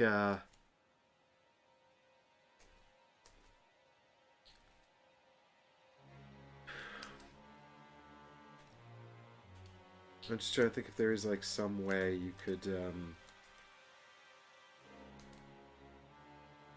kill one of these enemies. There's no way I can kill one. Oh. Oh, no, there isn't, because we don't know what they have is the problem. Oh, wait, no, I can. I can kill the hunter mob, I'm pretty sure. Let me work this out. I think, let me map it out, but I'm pretty sure I can definitely kill the hunter mob without any risk to myself. Because, I could plus... Oh, no. Oh, yeah. So I could put basic strength into my slash. And then dodge with quick stab. That clears for a damage. And then 3 damage from the attack is 4 damage. That kills the mob. If he draws a basic, I dodge him. If he draws a special, I dodge him. If he draws ability, then you're screwed. No, because I'm dodging at quick stab speed. Oh, yeah, so you're still fine. Yeah, so so I can definitely kill him. So that's great. Gives me extra blood echo as well. Okay. So I initiate combat with the hunter mob. Do a basic strength slash. Use an attack, please. Or enemy action, I should say. So he does ability. Well, to be honest, it's probably good to get that out the way. Yeah, true.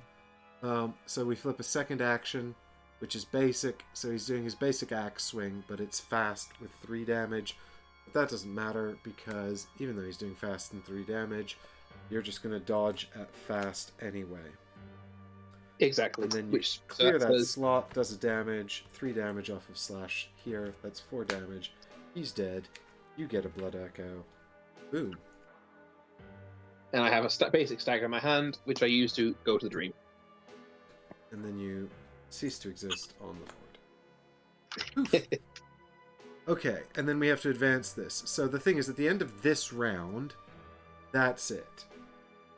Yes, you need to try and grab that if you can. The corpse. Yeah, I think it's worth doing. Because you'll also get you'll actually complete both. We'll actually do all 3 insight missions potentially, which will give us even more stuff. You'll get to open both the chests. You'll be whacked once by the snake. We know he can't spawn a snake. We know you can survive the attack, and then you can bugger off. So here's my thinking, right? I'm just thinking here, like, hang on. I've got.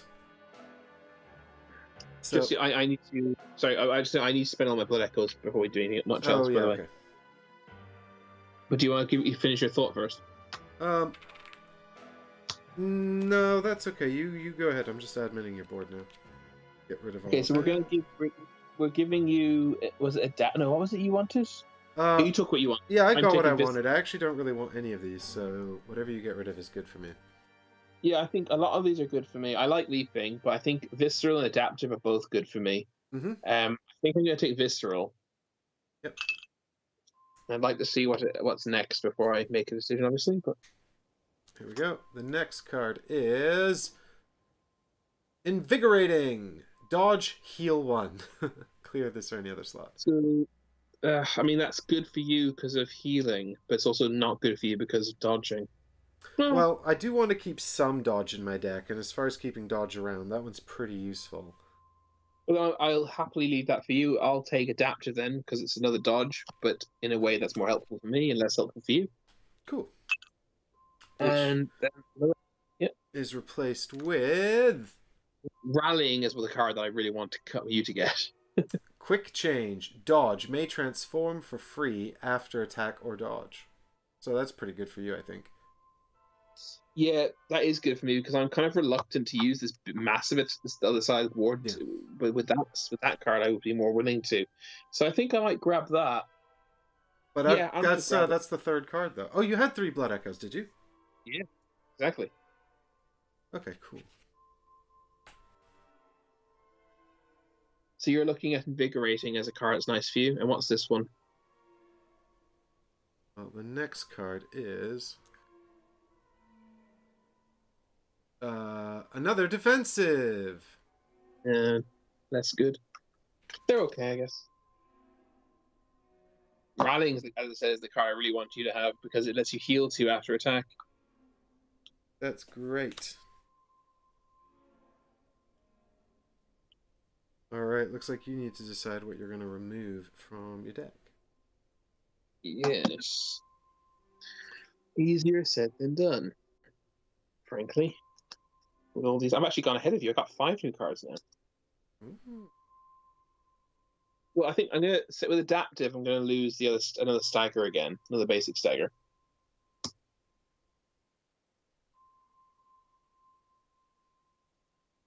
I think I want to keep all these dodges because I really like having so many dodges.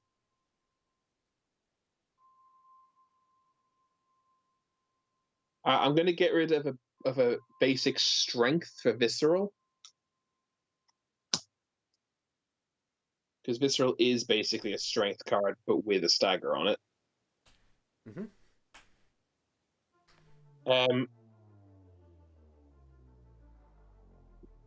And then 1, 2, 3. Do I really need 6 dodges? I don't think I do. I think Lots that's of a bit too good. options. I think I like having the option of extra strength and extra, and I think I'm going to lose a basic dodge for quick change. I think 6 dodges might be a little bit too much. Mm-hmm. And that's me. Alright. Oh wait, what did you take out to put in adaptive? Well, the 3 things I've taken out this turn are a basic stagger, a basic strength, and a dodge. Cool. Okay, so here's my plan. Alright, I've got Indomitable, basic strength, and basic dodge. So my plan is essentially to run past the Ouroboros. I'm going to have to give up 2 cards to get into the back of the shack. So I'm going to give up both basic cards to get into the back of the shack. And then if I use my last card to interact in that space, I'm going to get hit by both enemies. So I might as well use Indomitable. No, hang on a second. If you use the last card to interact, you're going to get hit by the snake ball. Then your turn will be over and you'll get hit by both of them. Well, no, because they'll both be in that space. Because I have to run past the Ouroboros. So if I interact, they'll both hit me. So move twice. Yeah, my plan is to use Indomitable into Empowered Slam to kill the snake ball. And then I'll draw a card and I'll use that to interact. And then I'm going to take 2 hits from the snake. But that's about... The thing is, I'll draw 2 consumables. And I'll have the Yosefka's Blood Vial. So that's what I'm relying on to save me from the Ouroboros. Yeah, no, I think that's a really good plan. So here's 2 cards. I go 1, 2 into here. And it follows me. Then I move 1 space into here and it follows me. And then it's Indomitable into Empowered Slam. Really good use of Indomitable, let's say. Well, I'm going to get screwed by... I mean, I know it's not going to draw... So I'm either taking 1 damage or 3 damage here. I'd like a basic, but let's see. Yeah, you can't be poisoned, which is excellent. Yeah, I can't be poisoned. I can't be staggered either, which is also essential to this plan. Yeah, this is a great play. Great use of this card. I'm liking this. But, yeah, but obviously Writhing Mass has 3 damage on it, so... Oh, no, it's also going to be fast because there's an enemy in the space, but my attacks and dodges suffer speed, which is not a problem. It doesn't matter. You're going slow anyway and just being immune to stuff, so it's all good. It makes literally no difference. So it is special, so I take 3 damage. Yeah. But that's fine. This was kind of part of the plan anyway. So I'm going to take 3 damage. And then I'm going to deal 2 damage. Then I'm going to deal 3 damage to the snake thing and kill it. And also, I'm going to draw a card, which is... He drops another corpse for no reason. So I've drawn... basic attack. Basic attack. Basic... Strength? No, basic fortitude. Oh my god. Use 1 word. Do you know what? I think I might actually kill the Ouroboros as well. Yeah, but use the heal first, whatever you do. Yeah. So I'm going to use the Sefka's Blood Vial to heal 2 damage. The snake is dead, and it drops a corpse, which is here. You have a blood echo as well. Yep, and I got 1 Blood Echo, and then yeah, what I'll do, I think, is I'll just hit the snake with another Empowered Slam. Yeah. The snake parasite. And what is Snake Frenzy? Flip another enemy attack action. It gains +1 damage. That's fine. You can't do that. Yeah, the ability's in the discard, isn't it? Yeah. Yeah. It's either 2 damage or 2 damage plus a poison and can't be dodged. And you don't really care particularly. I don't care. It's doing, yeah, special. So 2 damage poisons me. Can't dodge it. I'm going to take an additional damage so that I can kill it. Which means I'm taking 4 damage in total. So because I'm of the poison. 5 plus poison. The poison will kill me. But no. Because of my you had how much? You have 5 health at the start of this combat, right? Yep. So you lose 2 for the snake bite. Oh yeah, for some reason I dealt myself 4 damage instead of the enemy. Yeah. So no, I'm on 3 and I'm poisoned. Yep. You're on 3 in your poison. Well, no, you're on 3 in your poison. But then you're going to spend You're going to lose an extra health by choice. Yeah. To kill it. Yeah, that's right. I just put the tokens out wrong. 2 health and you're poisoned. Yeah. So I have 2 health left and I'm poisoned. But I kill the snake thing and I get to draw a card. A 2 blood echoes. Which is basic stagger, which I'm then going to give up to interact on the space. That's so crazy. You're gonna open 2 chests, get 2 corpses, one of which is superfluous, but and also save the survivor all in one go. Hooray! Just murder everyone with a wheel. that Logarius Wheel is good, isn't it? I think so. I mean, that was just crazy lucky. I like these Fortitude cards. I'm coming around on Constitution. All right. I guess I'm gonna do the chests first because I don't know what's gonna happen, and I'd like to have things to help me. Yes, I don't think you're gonna die. Well, unless the survivor turns into a monster, it is possible. Yeah, I'm hoping maybe I'll get like another antidote or something, and then I can bail if I have to. Well, here's the good news. You do have there's only 2 basic attacks left, and you have your pistol. That's true. I've still got the Hunter's Pistol. So, all right. So the first consumable is Bold Hunter's Mark. Hunter turn. Teleport your hunter to any lantern space. Nice. So that's actually a pretty good get out of jail free card. Yes, absolutely. And the second consumable is Antidote. I swear to God, I didn't set this up. You could actually have another action if you wanted to this turn. Did I? Yeah. I'm just checking my discard pile. It's right here in the discard pile. It's not. I didn't set this up. There is a second antidote. I just found it. There we go. So, the player screen. Right. Let's. I guess let's resolve the snake first, because I think that's less likely to end in something catastrophic. Yeah, I think that one is just well done. You did it. Yeah, that's what I'm hoping. So here's the 2 corpses, and the final insight token comes off here. We get 2 brownie points for getting an extra corpse. Yeah, and we get number 12, card 12. Card number 12. Antidote. With suitable samples, we can utilize antidotes from our supplies. No doubt these will come in handy if we ever encounter more of these creatures. While in the dream, hunters may discard consumables and replace them with antidote cards from the consumable deck or discard. That's great. Yeah, super useful. This hopefully will stay in play for the rest of the game. It's because we have these cards, these insight cards you keep for the rest of the campaign. Yeah, good. I mean, Slain Hunter we don't really need anymore, right? Because we've kind of done what it said, but... This antidote card is. No, but you keep it because there may be a point in the future where it says if you have 10 insight or more, or if you have 5 insight or more, or whatever. It's a way of knowing how much insight we have. So, here's the thing. We've now triggered also the bottom of the hunt mission. So yes, I would argue you finish this interaction action first. Cool. That's I think that's fine. So I'll remove the survivor token and reveal card number 7.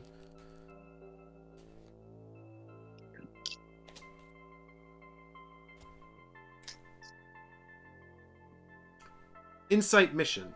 A survivor. Moving to the old man, you kneel to him. Deep bite marks line his body. He weakly grips your arm.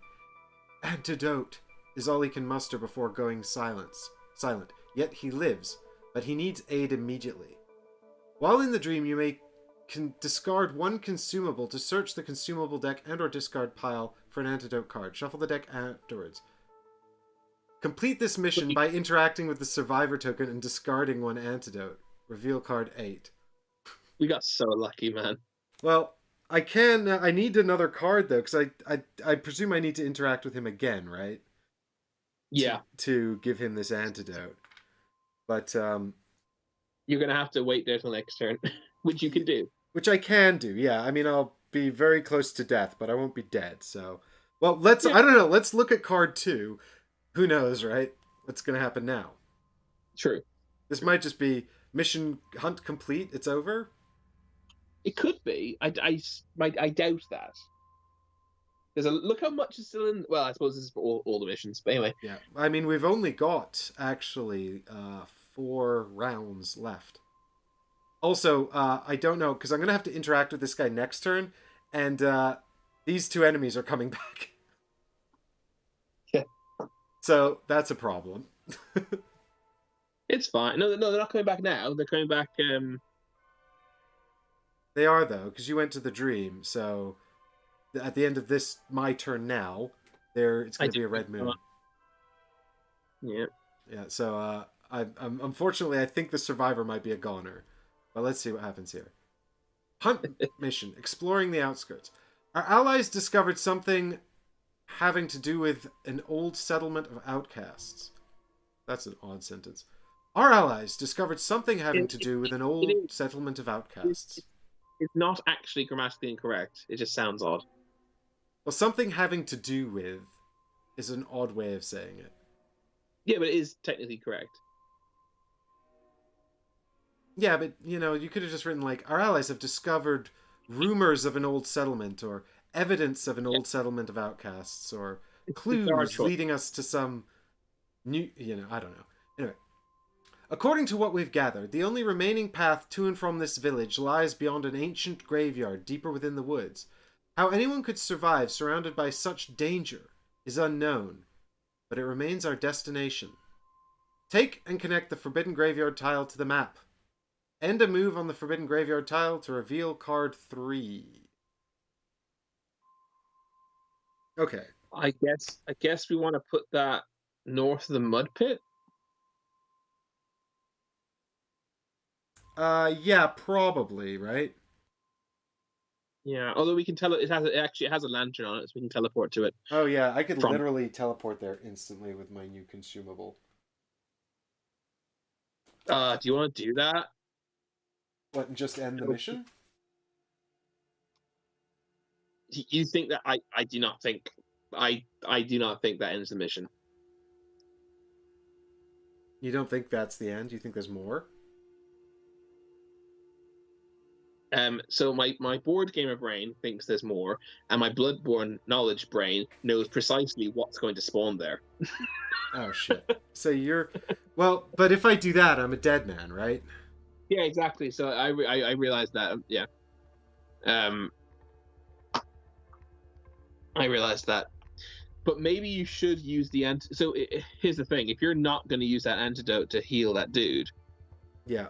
Then you probably should just use it to go to the dream, level up, and then we can go and hopefully kill whoever this is. Well, I suspect that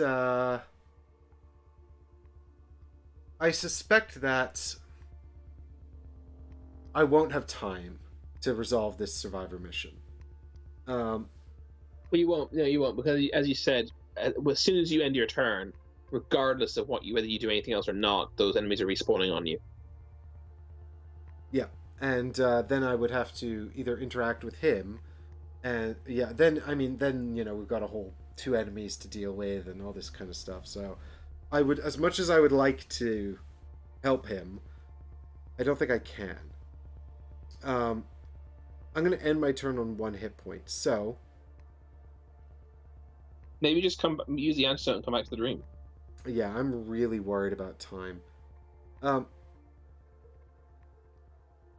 mean, the other option, of course, is for me to actually just, because if I come back, because do I get to spend my blood echoes at the end of the end of this mission hunt if I have them left over? Yeah, I believe so. So here's the other option. I take the antidote, which gets rid of my poison. I draw a card, and then I use the Hunter's Mark to go to the Forbidden Graveyard and trigger whatever happens there. And then I'm there. I'm there with 1 card and 2 health. And then next turn you come in and save me. That's the fastest way to do it, because it means I will advance the dial 1 less space. And you could, and you still have the option of using that card to run away immediately if we then think that's the new best option. Yeah, if it's way too scary. Yeah, okay, I think it might be quite scary. Let's find that. All right, so what I'll do then is I'll take this antidote right in front of the survivor. I'm just like, om nom nom nom. Oh my god, that's awful! I hadn't thought of that. And he's like, I know, it's so bad. I'm just like, hey, I'm poisoned too, man. He's like, don't leave me with the snakes.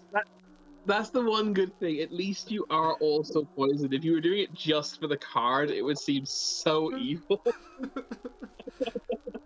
So I've actually drawn Bloodthirsty as my new card here. I mean, I assume you're not allowed to. We don't want to do this anyway. I assume you couldn't give him that antidote as part of the same interaction where you drew the card saying you need to do it. I mean, I assume not either. It says on this, complete this mission by interacting with the survivor token and discarding 1 antidote card. So I mean, the first card says interact with the survivor token. The second one says complete this mission by interacting with the survivor token and discarding 1 antidote. Let me look at the wording, because when you interact, you do all the things. Let me see if it says something like resolve in the order you choose or something like that, in which case technically you could create this opportunity and then continue into it. A loop, yeah. So it says there are 2 primary times a player will interact: when a player wishes to pick up a consumable, and when a mission card requires a player to make an interact action. When a player uses a stat card to interact with a consumable token, they must discard that token from the map, draw 1 consumable card at random, and place it face up. Hang on, this is not the helpful bit. Some mission cards also require the player interacts while on a specific space or with a specific token. The mission card will instruct the player on what to do when they interact. When a player uses a stat card to interact on a space, they may interact with any or all interactable elements of that space. For example, if a player must interact on a space for a mission card and that space has a consumable token on it, the player could discard 1 card to interact with both elements. It doesn't talk about order, so I don't think you can. Yeah, it also doesn't. I would have. I mean, it is Simon, but it doesn't say you can interact with the same token more than once, which I think is what. Which you actually need to. That's a good shout. Yeah, good point. Yeah. So cool. With that in mind, poor survivor, but we can't discover everything on our first playthrough. So so. Might actually have done all 3 insight missions, but unfortunately we can't. I think that it might be. I think the game might be just too short in time as well to allow that to happen. Oh no, we revealed every single tile. It definitely, if we got lucky with the tiles, it definitely was possible. I suppose, yeah. So what we've got here is the hunt. Yeah, we were sort of inefficient about the insight tokens, weren't we? So here's the bold hunter's mark. It's going in the bin, and Now, there go all my consumables, but that's fine because what I don't want is for us to run out of time. So I'm going to teleport away from the survivor and over here into the Forbidden Graveyard. Now, what is exactly is the wording on Forbidden Graveyard? It says, end a move on the Forbidden Graveyard tile. Does this count as ending a move? Nope. It definitely doesn't? I don't think so. It says teleport. Well, then I'm not sure that this is the best plan. Yeah. Agreed.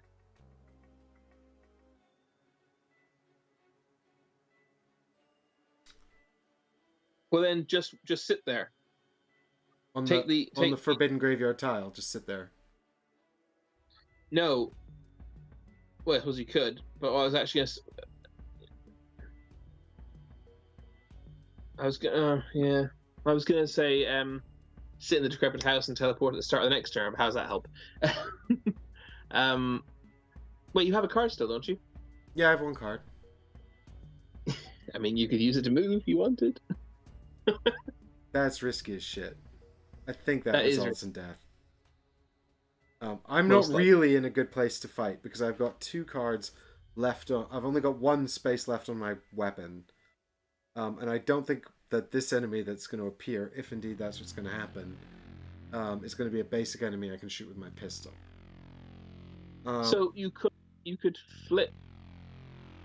You could transform your trick weapon and stay in the decrepit shack and transform your trick weapon.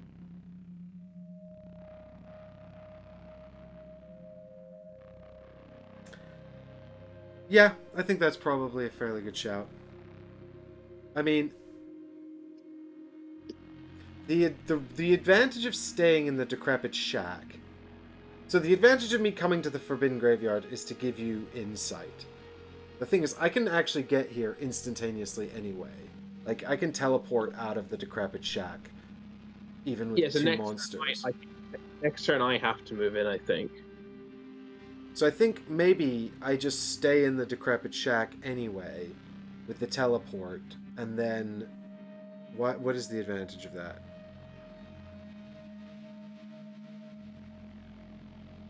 The advantage of that is that I'm not here if you come in first, and then oh god, someone's got to move in here though. That's going to take ages. Well, I'm going to have to do it from the passageway lamp, I think. Or you could teleport to the passageway lamp and use that card to move into the mud pit, and then next turn you only have to use 1 card.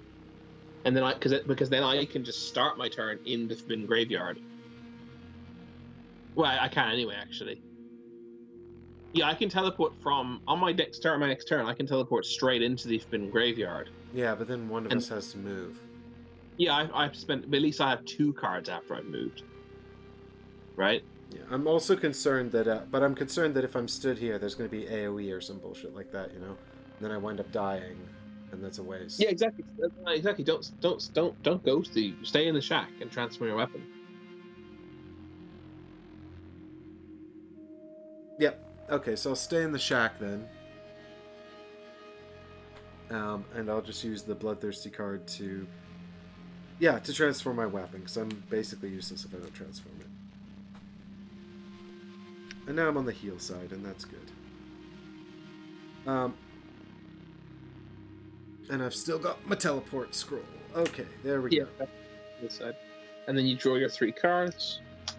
Then I move this onto the Blood Moon and reset all the monsters. Yes. Presumably that happens after...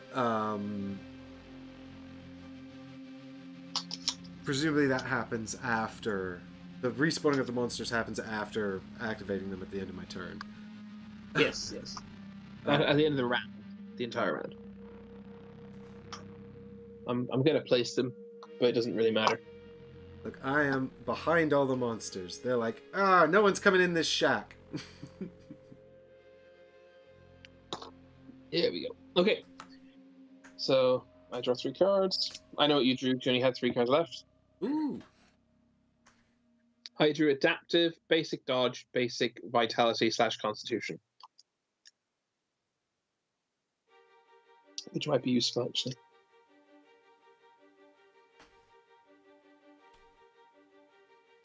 Okay, so we're going to go ahead with the plan as we suggested. I'm going to teleport into the Forbidden Graveyard and move one space. Yeah, I think that's probably the best thing to do. Okay.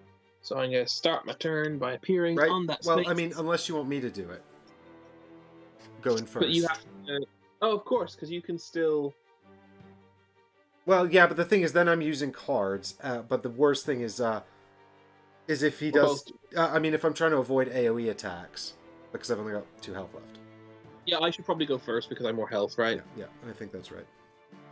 Okay, so I teleported in. I'm going to use my basic dodge to move because I still have... I'm going to keep the draw because the draw might be useful.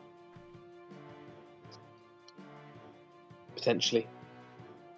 I'm just going to move one space north into where the chest is, I guess, in the off chance that nothing spawns.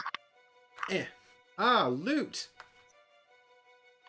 On the off chance nothing spawns. Actually, you know what? I'm gonna move back into this. I'm gonna end my move in the same space because I think that's where an enemy will spawn if they spawn. In the lantern space. Yeah. I could be wrong. Yeah, maybe nothing will happen. Maybe it'll just be like, hey, you found the village of the outsiders. End the mission. Yeah, imagine. I can't get this camera to look right. So I end my turn here. Okay. And then what am I reading here? Card 3. You got rid of your basic dodge to do that, right? Correct. Hunt mission. Exploring the outskirts. Through the winding and twisting paths, you have discovered the long-abandoned graveyard. Entering the ancient ground, you see only one other path exiting. As you approach, you are suddenly taken aback as a form crawls from the very ground. A distorted creature shrouded in darkness. It lets out a shrill screech before lunging at you and saying, "Congratulations, you've completed the mission!" Reveal card 4. Surround the Forbidden Graveyard tile with fog gates. Spawn one mad one on the thingy. Yeah, I was right. Yeah. I was right about wait once. That's good. Ooh, the mad one. Oh god, now I'm gonna have to find the mad one. And the fog gates. It's okay. I've got fog gates. This isn't what I thought was going to spawn here. Which is good, I guess.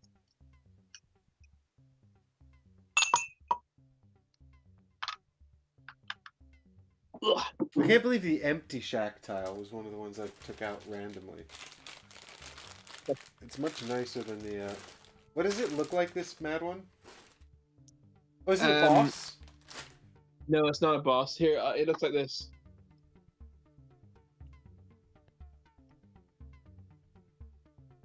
Right. Holding a sickle with lots of shadows around his head.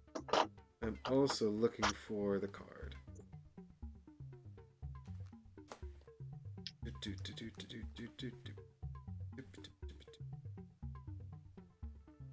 Ah, it's a spooky... Oh, it's only 4 health.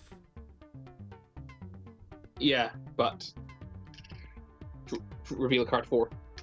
Oh, yeah, okay, it's got like 4 lives or some bullshit. Right. Yeah. When you kill it, it enrages. Summon the enraged mad one. 1,000,000 hit points.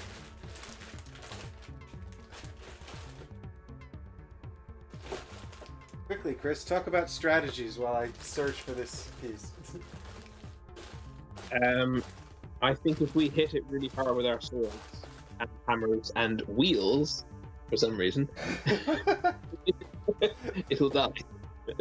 I like how your giant hammer transforms into this little sword. Like, you've got this sword here, and then when you transform it, it transforms into this giant hammer. And that's like a thing, because like the hammer's like a sheath that goes on the end of the sword. But like, I've just got a wheel, and when I transform it, it just becomes a bigger wheel. It's like a set. The two halves of the wheel kind of go show. The 2 halves of the wheel. Stop looking at artwork, Mike, and find the miniatures. Right. It's not really so much that this isn't really a second wave though. This just has multiple lives. Yeah. So we're going to have to do 12 damage to it. But unfortunately, it's not just 12 damage, it heals when you do 4. So if you do 5, you actually essentially waste the 5th damage. How many Mad One miniatures are there? 4. 4. Okay, so I definitely wouldn't put it in the boss. We've actually fought almost every regular enemy from this Bin Woods box. There's one we haven't seen. But this is the 4th of 5 in this one chapter. It does say complete the hunt by slaying this mad one. So killing this guy is the last thing we have to do, at least. But we have to do all of this damage before before. Oh, it doesn't matter because we only have 3 more rounds anyway. But yeah, we're gonna have to really, really kill this guy quickly. I think it's a good thing you didn't go back to the dream.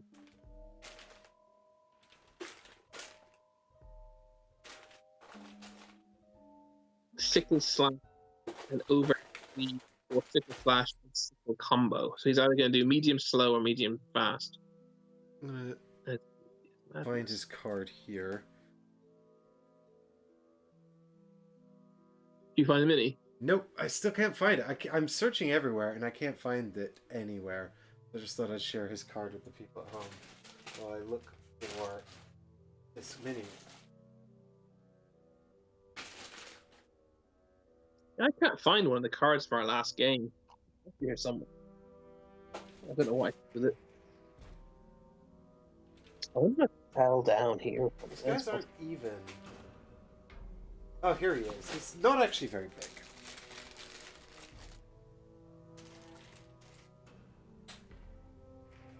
Oh, he's just like, bleh. Bleh. He kind of looks like he's turning around and he's like, yeah. Oh, I didn't see you there. Like, oh, hello. This is not a great. Yeah. But you can't really see his face on here, unfortunately. He's like, oh, I didn't see you back there. Oh, hello, Chris. I didn't see you there. All right, do you have a side you'd particularly prefer him on? I don't know, actually, to be honest. Oh, here is the here's the card number 4. Ferocious Guardian. Place 2 insight tokens on this card. When the Mad One would be slain, instead remove a token and heal all of its damage. The tokens are removed on the Red Moon. For each token that has been removed from this card, the attacks get +1 damage. Okay. So, we have to kill him twice, and he enrages a little bit as well.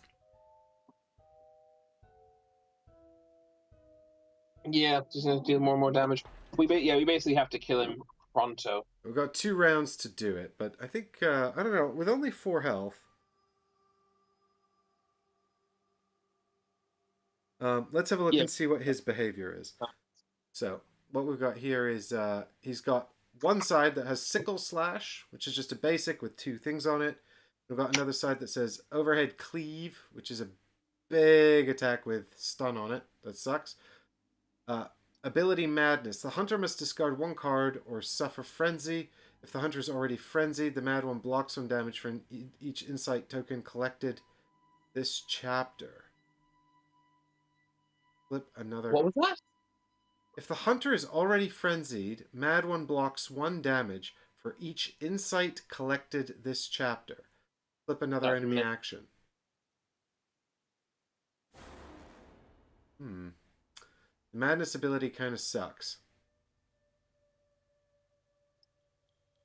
Or the other side is the Sickle combo. Even if this attack is dodged or staggered, the hunter must dodge fast or suffer 2 additional wounds.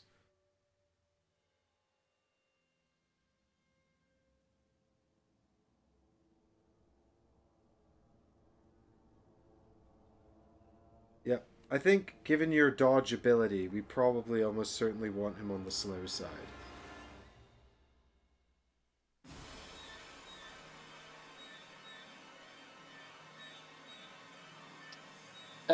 You ready for me to pick a number? I'm going to ask you this time to pick Frenzy or Poison. Frenzy. He's on the slow side. Is that good? I think so. I think that's better for you. Looming well, hope so. Well, the other side require like the madness ability also really sucks. Right. Okay. I mean, in the I have full health, and I think we need him to die. So I'm glad I kept this draw one card. I think I'm going to use this to try and get another card and get another action this turn. He's a non-boss enemy, right? So you could also move him and hit him. Well, then he's far away from. Yeah. Well, I mean, I will use that to do extra damage to him at some point. Don't worry. So I'm going to use the draw basic. I'm going to use my basic vitality card on Slash, which is medium speed, 2 damage. Mm-hmm. He's going to. We know he's doing basic, which is good. Oh yeah. Yeah, because he's all out of everything except basics, so he's just going to do a basic attack, which is 2 damage to Chris at medium speed. I dodge it with adaptive into quick stab, which clears it, doing an extra damage to him. So that's 3 damage to him. I'm going to use the beast blood pellet to clear the slot. Oh yeah, the slash slot. Yeah, and do a 4th damage to him. Okay, so you've taken him down 1 life already. Yep. Did I give him? Yeah, I did. So there's. And I draw a card. I drew a basic dodge, which is exactly what I was. Well, I was hoping for anything with a dodge on it, basically. Mm-hmm. And I'm then going to end my turn and let him do a basic attack on me. Right. So then he does a basic attack, which we know is the basic attack because the thing, and you can just dodge that by putting it into quick stab, right? Yeah, dealing 1 damage to him. Actually, I could dodge it by putting it into any slot, but it doesn't matter. Okay. So on his second of 3 lives, he's down to 3 health, and I'm done. All right. So I can't predict what he's going to do on his turn. No. Oh, but I mean, before I ended my turn, I could have used the blunderbuss on him to do 1 damage to him. No, I don't think so. Because no, okay, just checking. No, I think because I'm going to teleport in there and kill him. I think. But cool. I don't have enough cards to survive his madness ability if I have to move to him.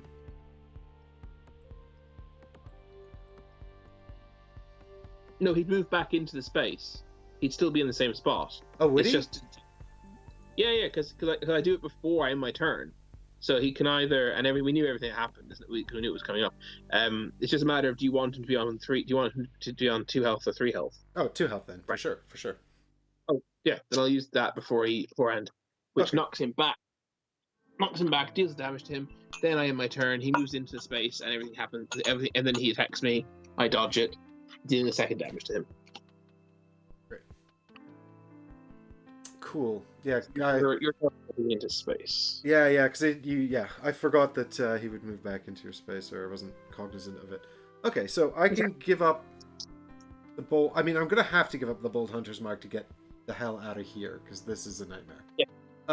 So there's no reason then, I can't think, for me not to come in to your space and finish this guy off. Yeah. I've got Agile, so I could actually move quickly with Stagger. I don't see any reason not to do that, because you've done 2 damage to him. That'll kill him. Yes, indeed. Agreed. So I'll just play Agile into Bash then. And on the off chance he does his ability Madness, I can discard a card to avoid becoming frenzied. Which actually won't really matter, because he'll be dead anyway. Yeah.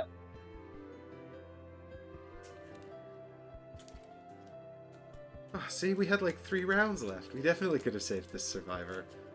Oh. You ate the antidote in front of him.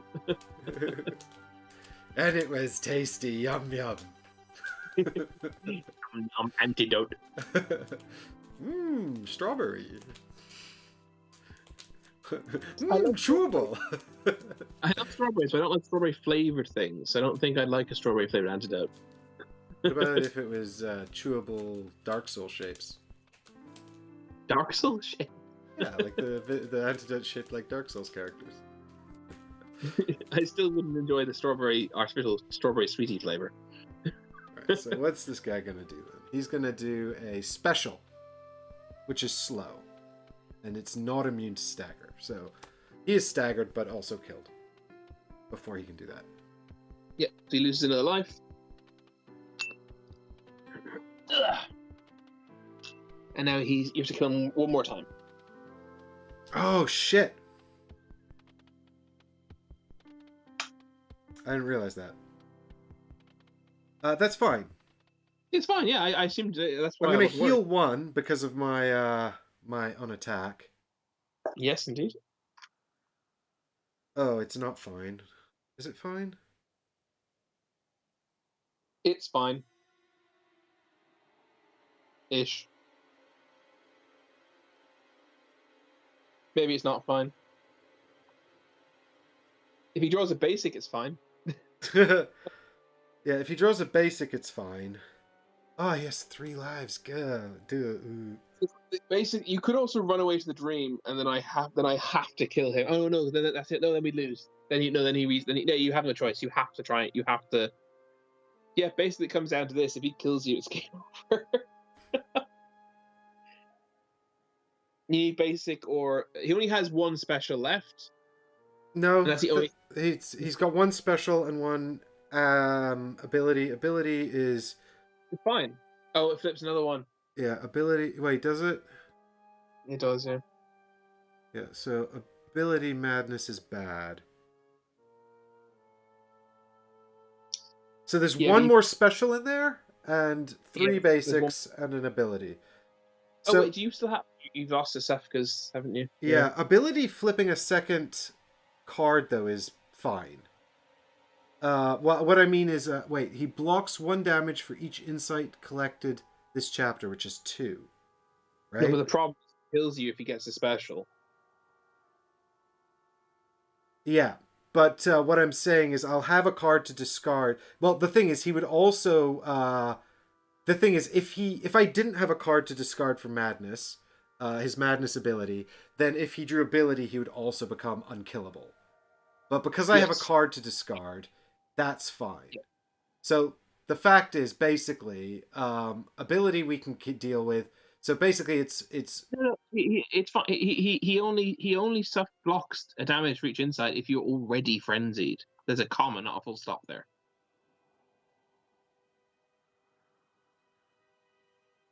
oh yeah, okay. But so I just worked out what you do. Just use your basic strength and your slam, and then even if he kills you, you simultaneously kill him.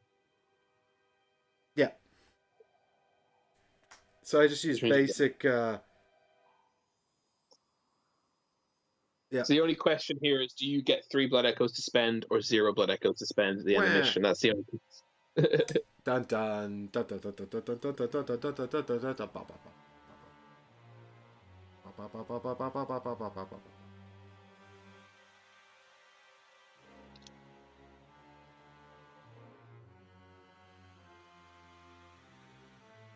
Yeah, there was no other way to do this better, was there? No, not now, anyway. I don't think there's anything you could have done better at the start of your turn, even if we went back to It's alright, Chris, I gambled! It's basic! I'm good. My next card special, so you got lucky. I did. So there's the Hunter's Pistol to stagger that shit. And then he takes 4 damage from Slam plus 1, and I heal a hit point, going up to 2. 4. 4 health, yeah. Okay. Good! Good, and he's dead. Oh no, it turns out that I was just a basic mad one.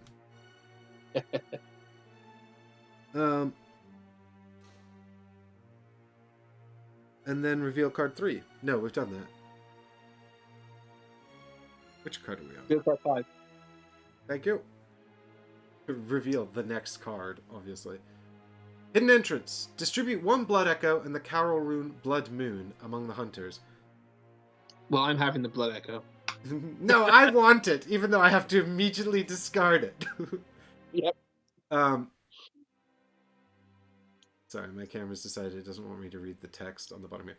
The creature falls, dissipating into a dark pool before vanishing. If there's any doubt strange things are afoot, it's now gone.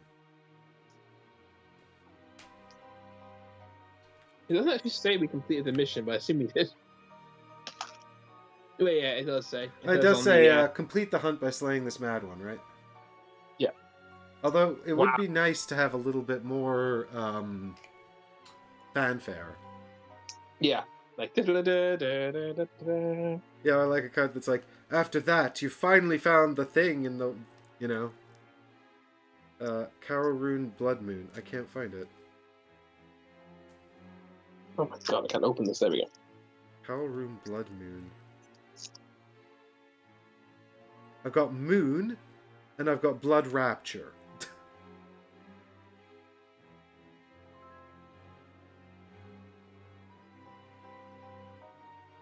But no Blood Moon. Yeah, I also have no Blood Moon but it must be in the base set. No, I've got all of the Carol Rune cards here. Oh, really? They changed the name again? Yeah, my stack is all of the Carol Runes, and there's Blood Rapture or Moon.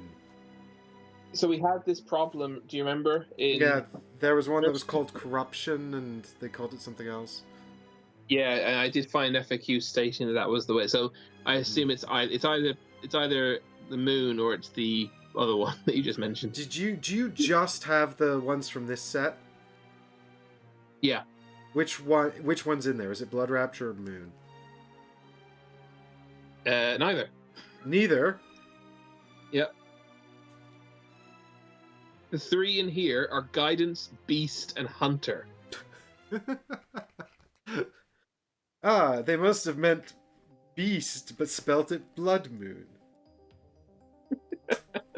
Okay. Well, let's just sit here and enjoy our victory just a little bit longer. Indeed. That was nice. We did a well. good job. Good job, We did team. great. We almost 100%ed that, actually. Yeah, that was fairly flawless, I must say. I think we might be the greatest people who ever lived and played Bloodborne. I guess I should probably actually do a quick search on Board Game Geek to see if they mention this. They will have done, I think, because they did for the other one. The other one, Corruption or whatever it is the second card that I seem to have somehow lost. I can't remember what it's called, but I'll know when I see it. I don't know where I put it. It must be in one of my many Bloodborne boxes. I don't see how I could have lost it. That seems very unlikely. Actually, do you know, I find the search function on Board Game Geek to be terrible. It's easier just to Google things and put in Board Game Geek. Yes, it is. There's another Bloodborne box that I would have opened. I would have had open last time we played. I think it's, do you know what I think? I think it's like, the Bloodborne mystery. I think your card has actually transferred to an Eldritch realm in order to drive you mad. It could well have done. It could well have done so. Oh, I guess really... it could be. Sorry? Hang on, here it is. It's right here. Carol Moon Blood. Yeah, everyone... There's a whole thread here that's the same thing. Please ask this question in the fact thread. Oh...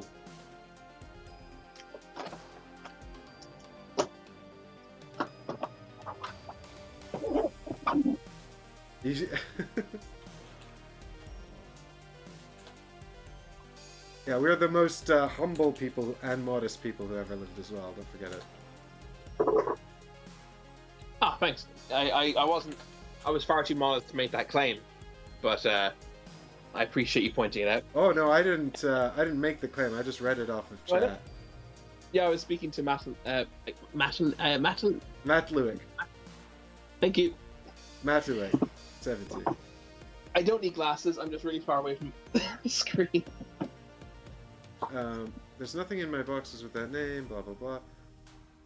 Oh, well, apparently now I have to go to the files and find the actual FAQ, because apparently there's no other mentions of it in the thread. Errata cards. Okay, here we go. Maybe it's in there. Sorry, everyone. Sorry. I don't know why I don't just look at both cards and try and work it out. Like, which one seems more plausible. You couldn't. Hmm? You couldn't work it out, though. Well, maybe from the rules, though, right? No, I don't think so. How could you work out from the rules? I mean, what the cards do. Oh my word! It is Moon. It's The Moon. card I was looking for, I put it away in the Castle Cainhurst box. So I couldn't find it because I actually was efficient and put it away. But the reason I assumed I couldn't possibly have put it away was because I had put nothing else away from the last time we played Bloodborne. It was all still set up. Apparently I put that one card away. I am strange. I think we're all a bit strange, so you're in good company. Alright, here we go. So it is, when you are slain, keep one blood echo. It is immediately used when you go to the dream. Okay, so basically when you die and go to the dream, you get to keep a blood echo.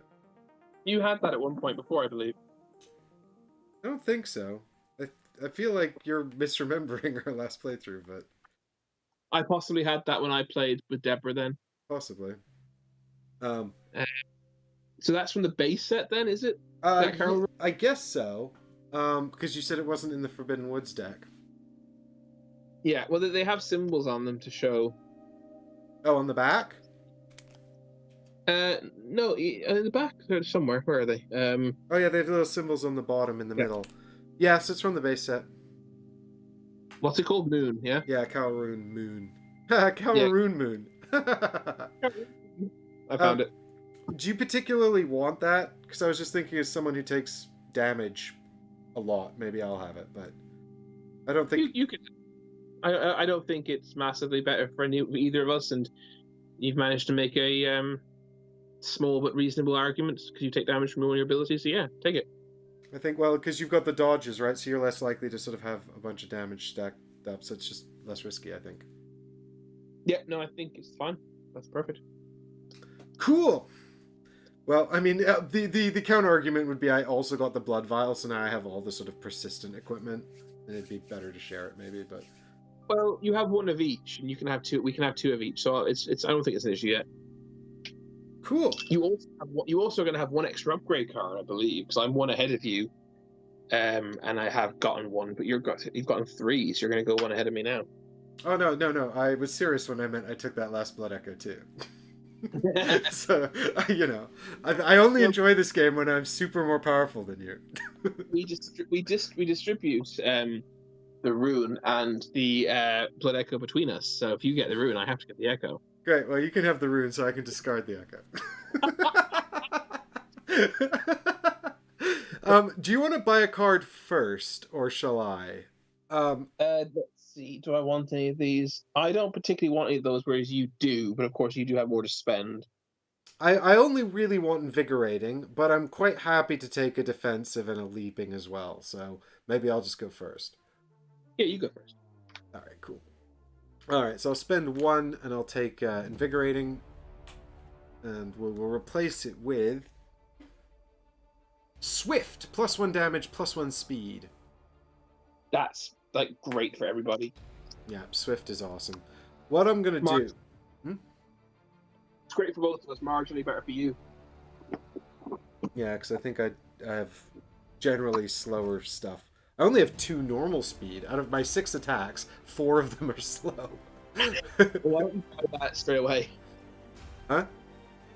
Well, why don't you buy that as well straight Swift.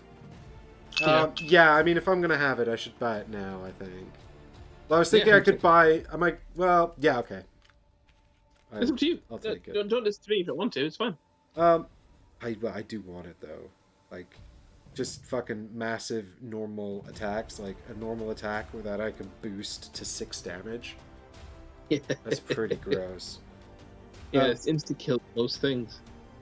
But the thing is, I'm going to leave those two.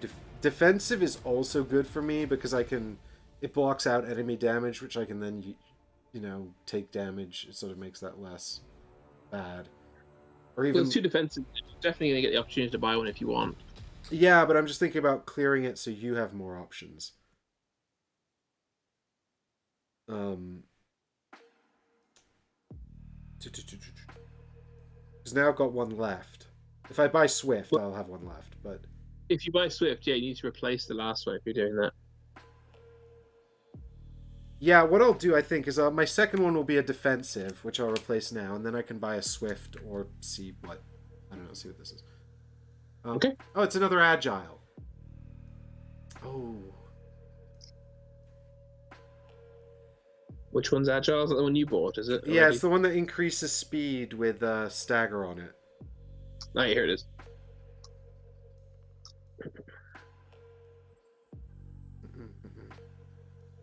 Yeah, because stagger has to be faster, doesn't it?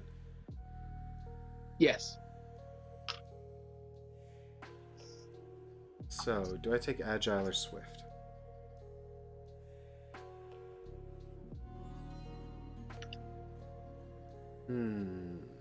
Which would you... Do you want either... What do you want from these four? I mean, Swift or Agile, frankly. Do you have a preference? I don't think so. I think they're both excellent. I mean, maybe Swift is a preference, but only because I think it's just a cool card. Not for any strategic reason.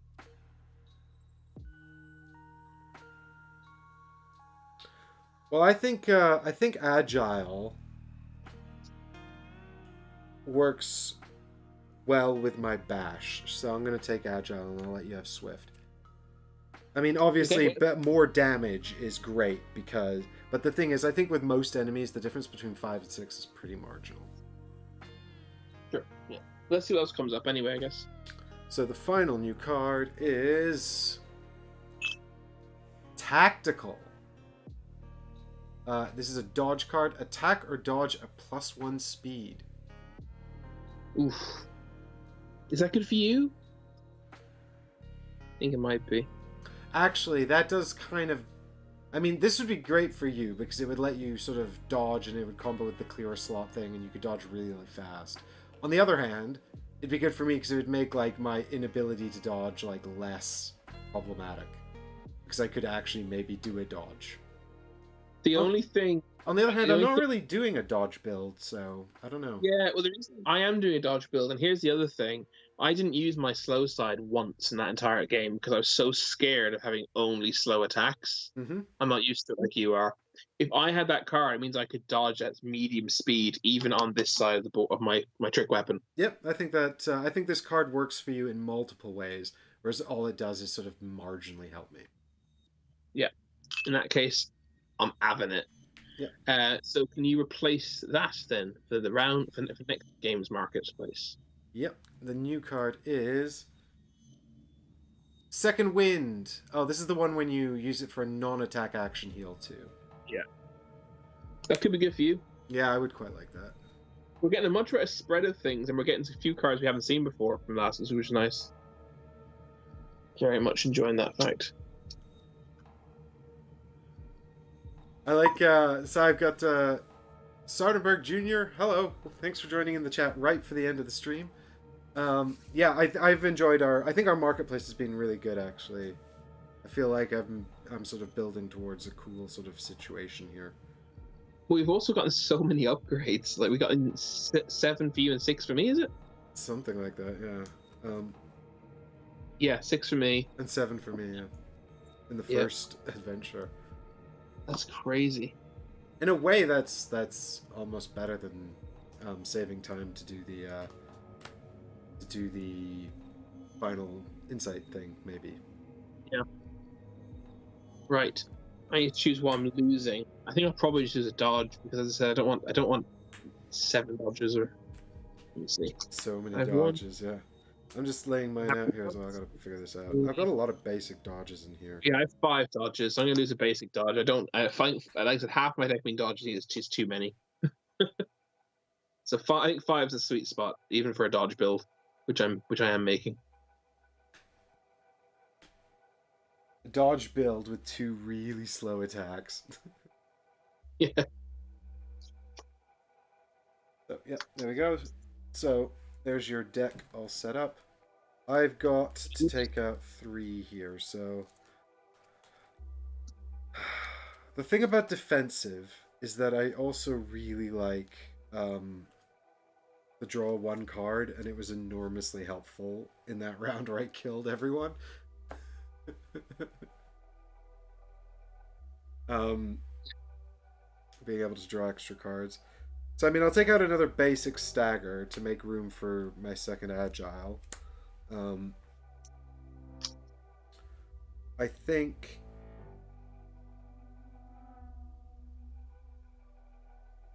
I'm kind of tempted, if I'm going towards being tanky, I'm kind of tempted to take out a basic strength for defensive.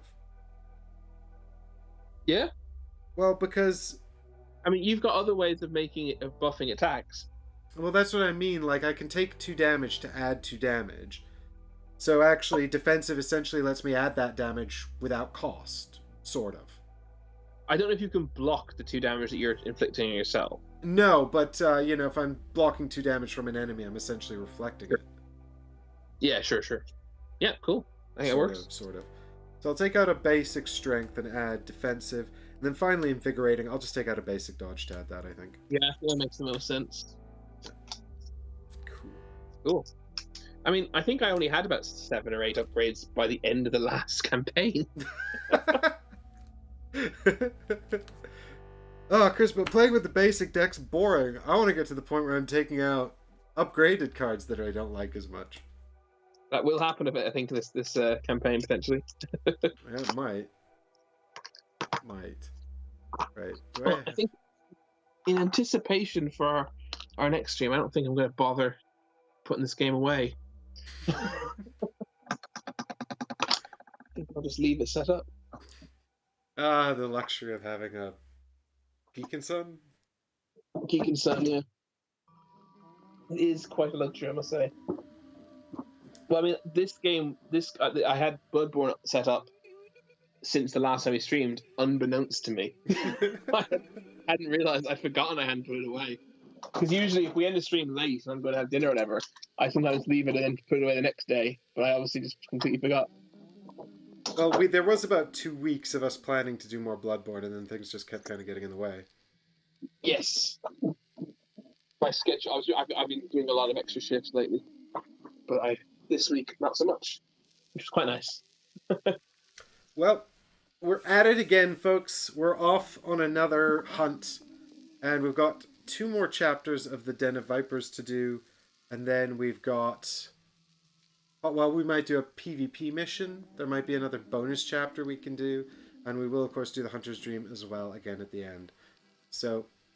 There's a bonus.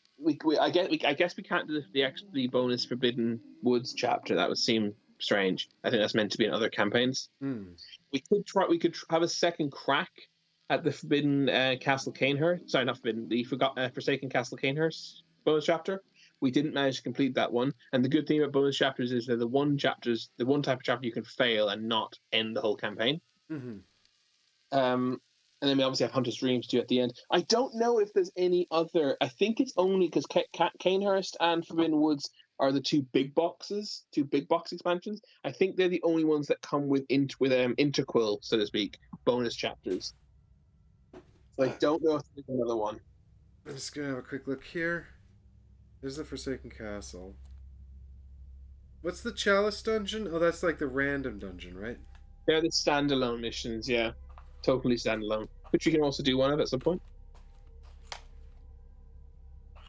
Right, the Forsaken Legacy, is that Castle Canehurst? Yeah, that's the bonus chapter. Yeah. So what's the Forsaken Castle then? That's the Castle Canehurst actual campaign. Right. Well, it's very short. Castle Canehurst and this one are the same thing. And Forbidden Woods are the same thing. They come with 2 chapters and 2 full campaigns and 1 bonus mission to put into campaigns. But then the smaller boxes, such as Murgo's Loft, Yargul, the Unseen Village, and such, only have only have one chapter, I think, one campaign. Yeah.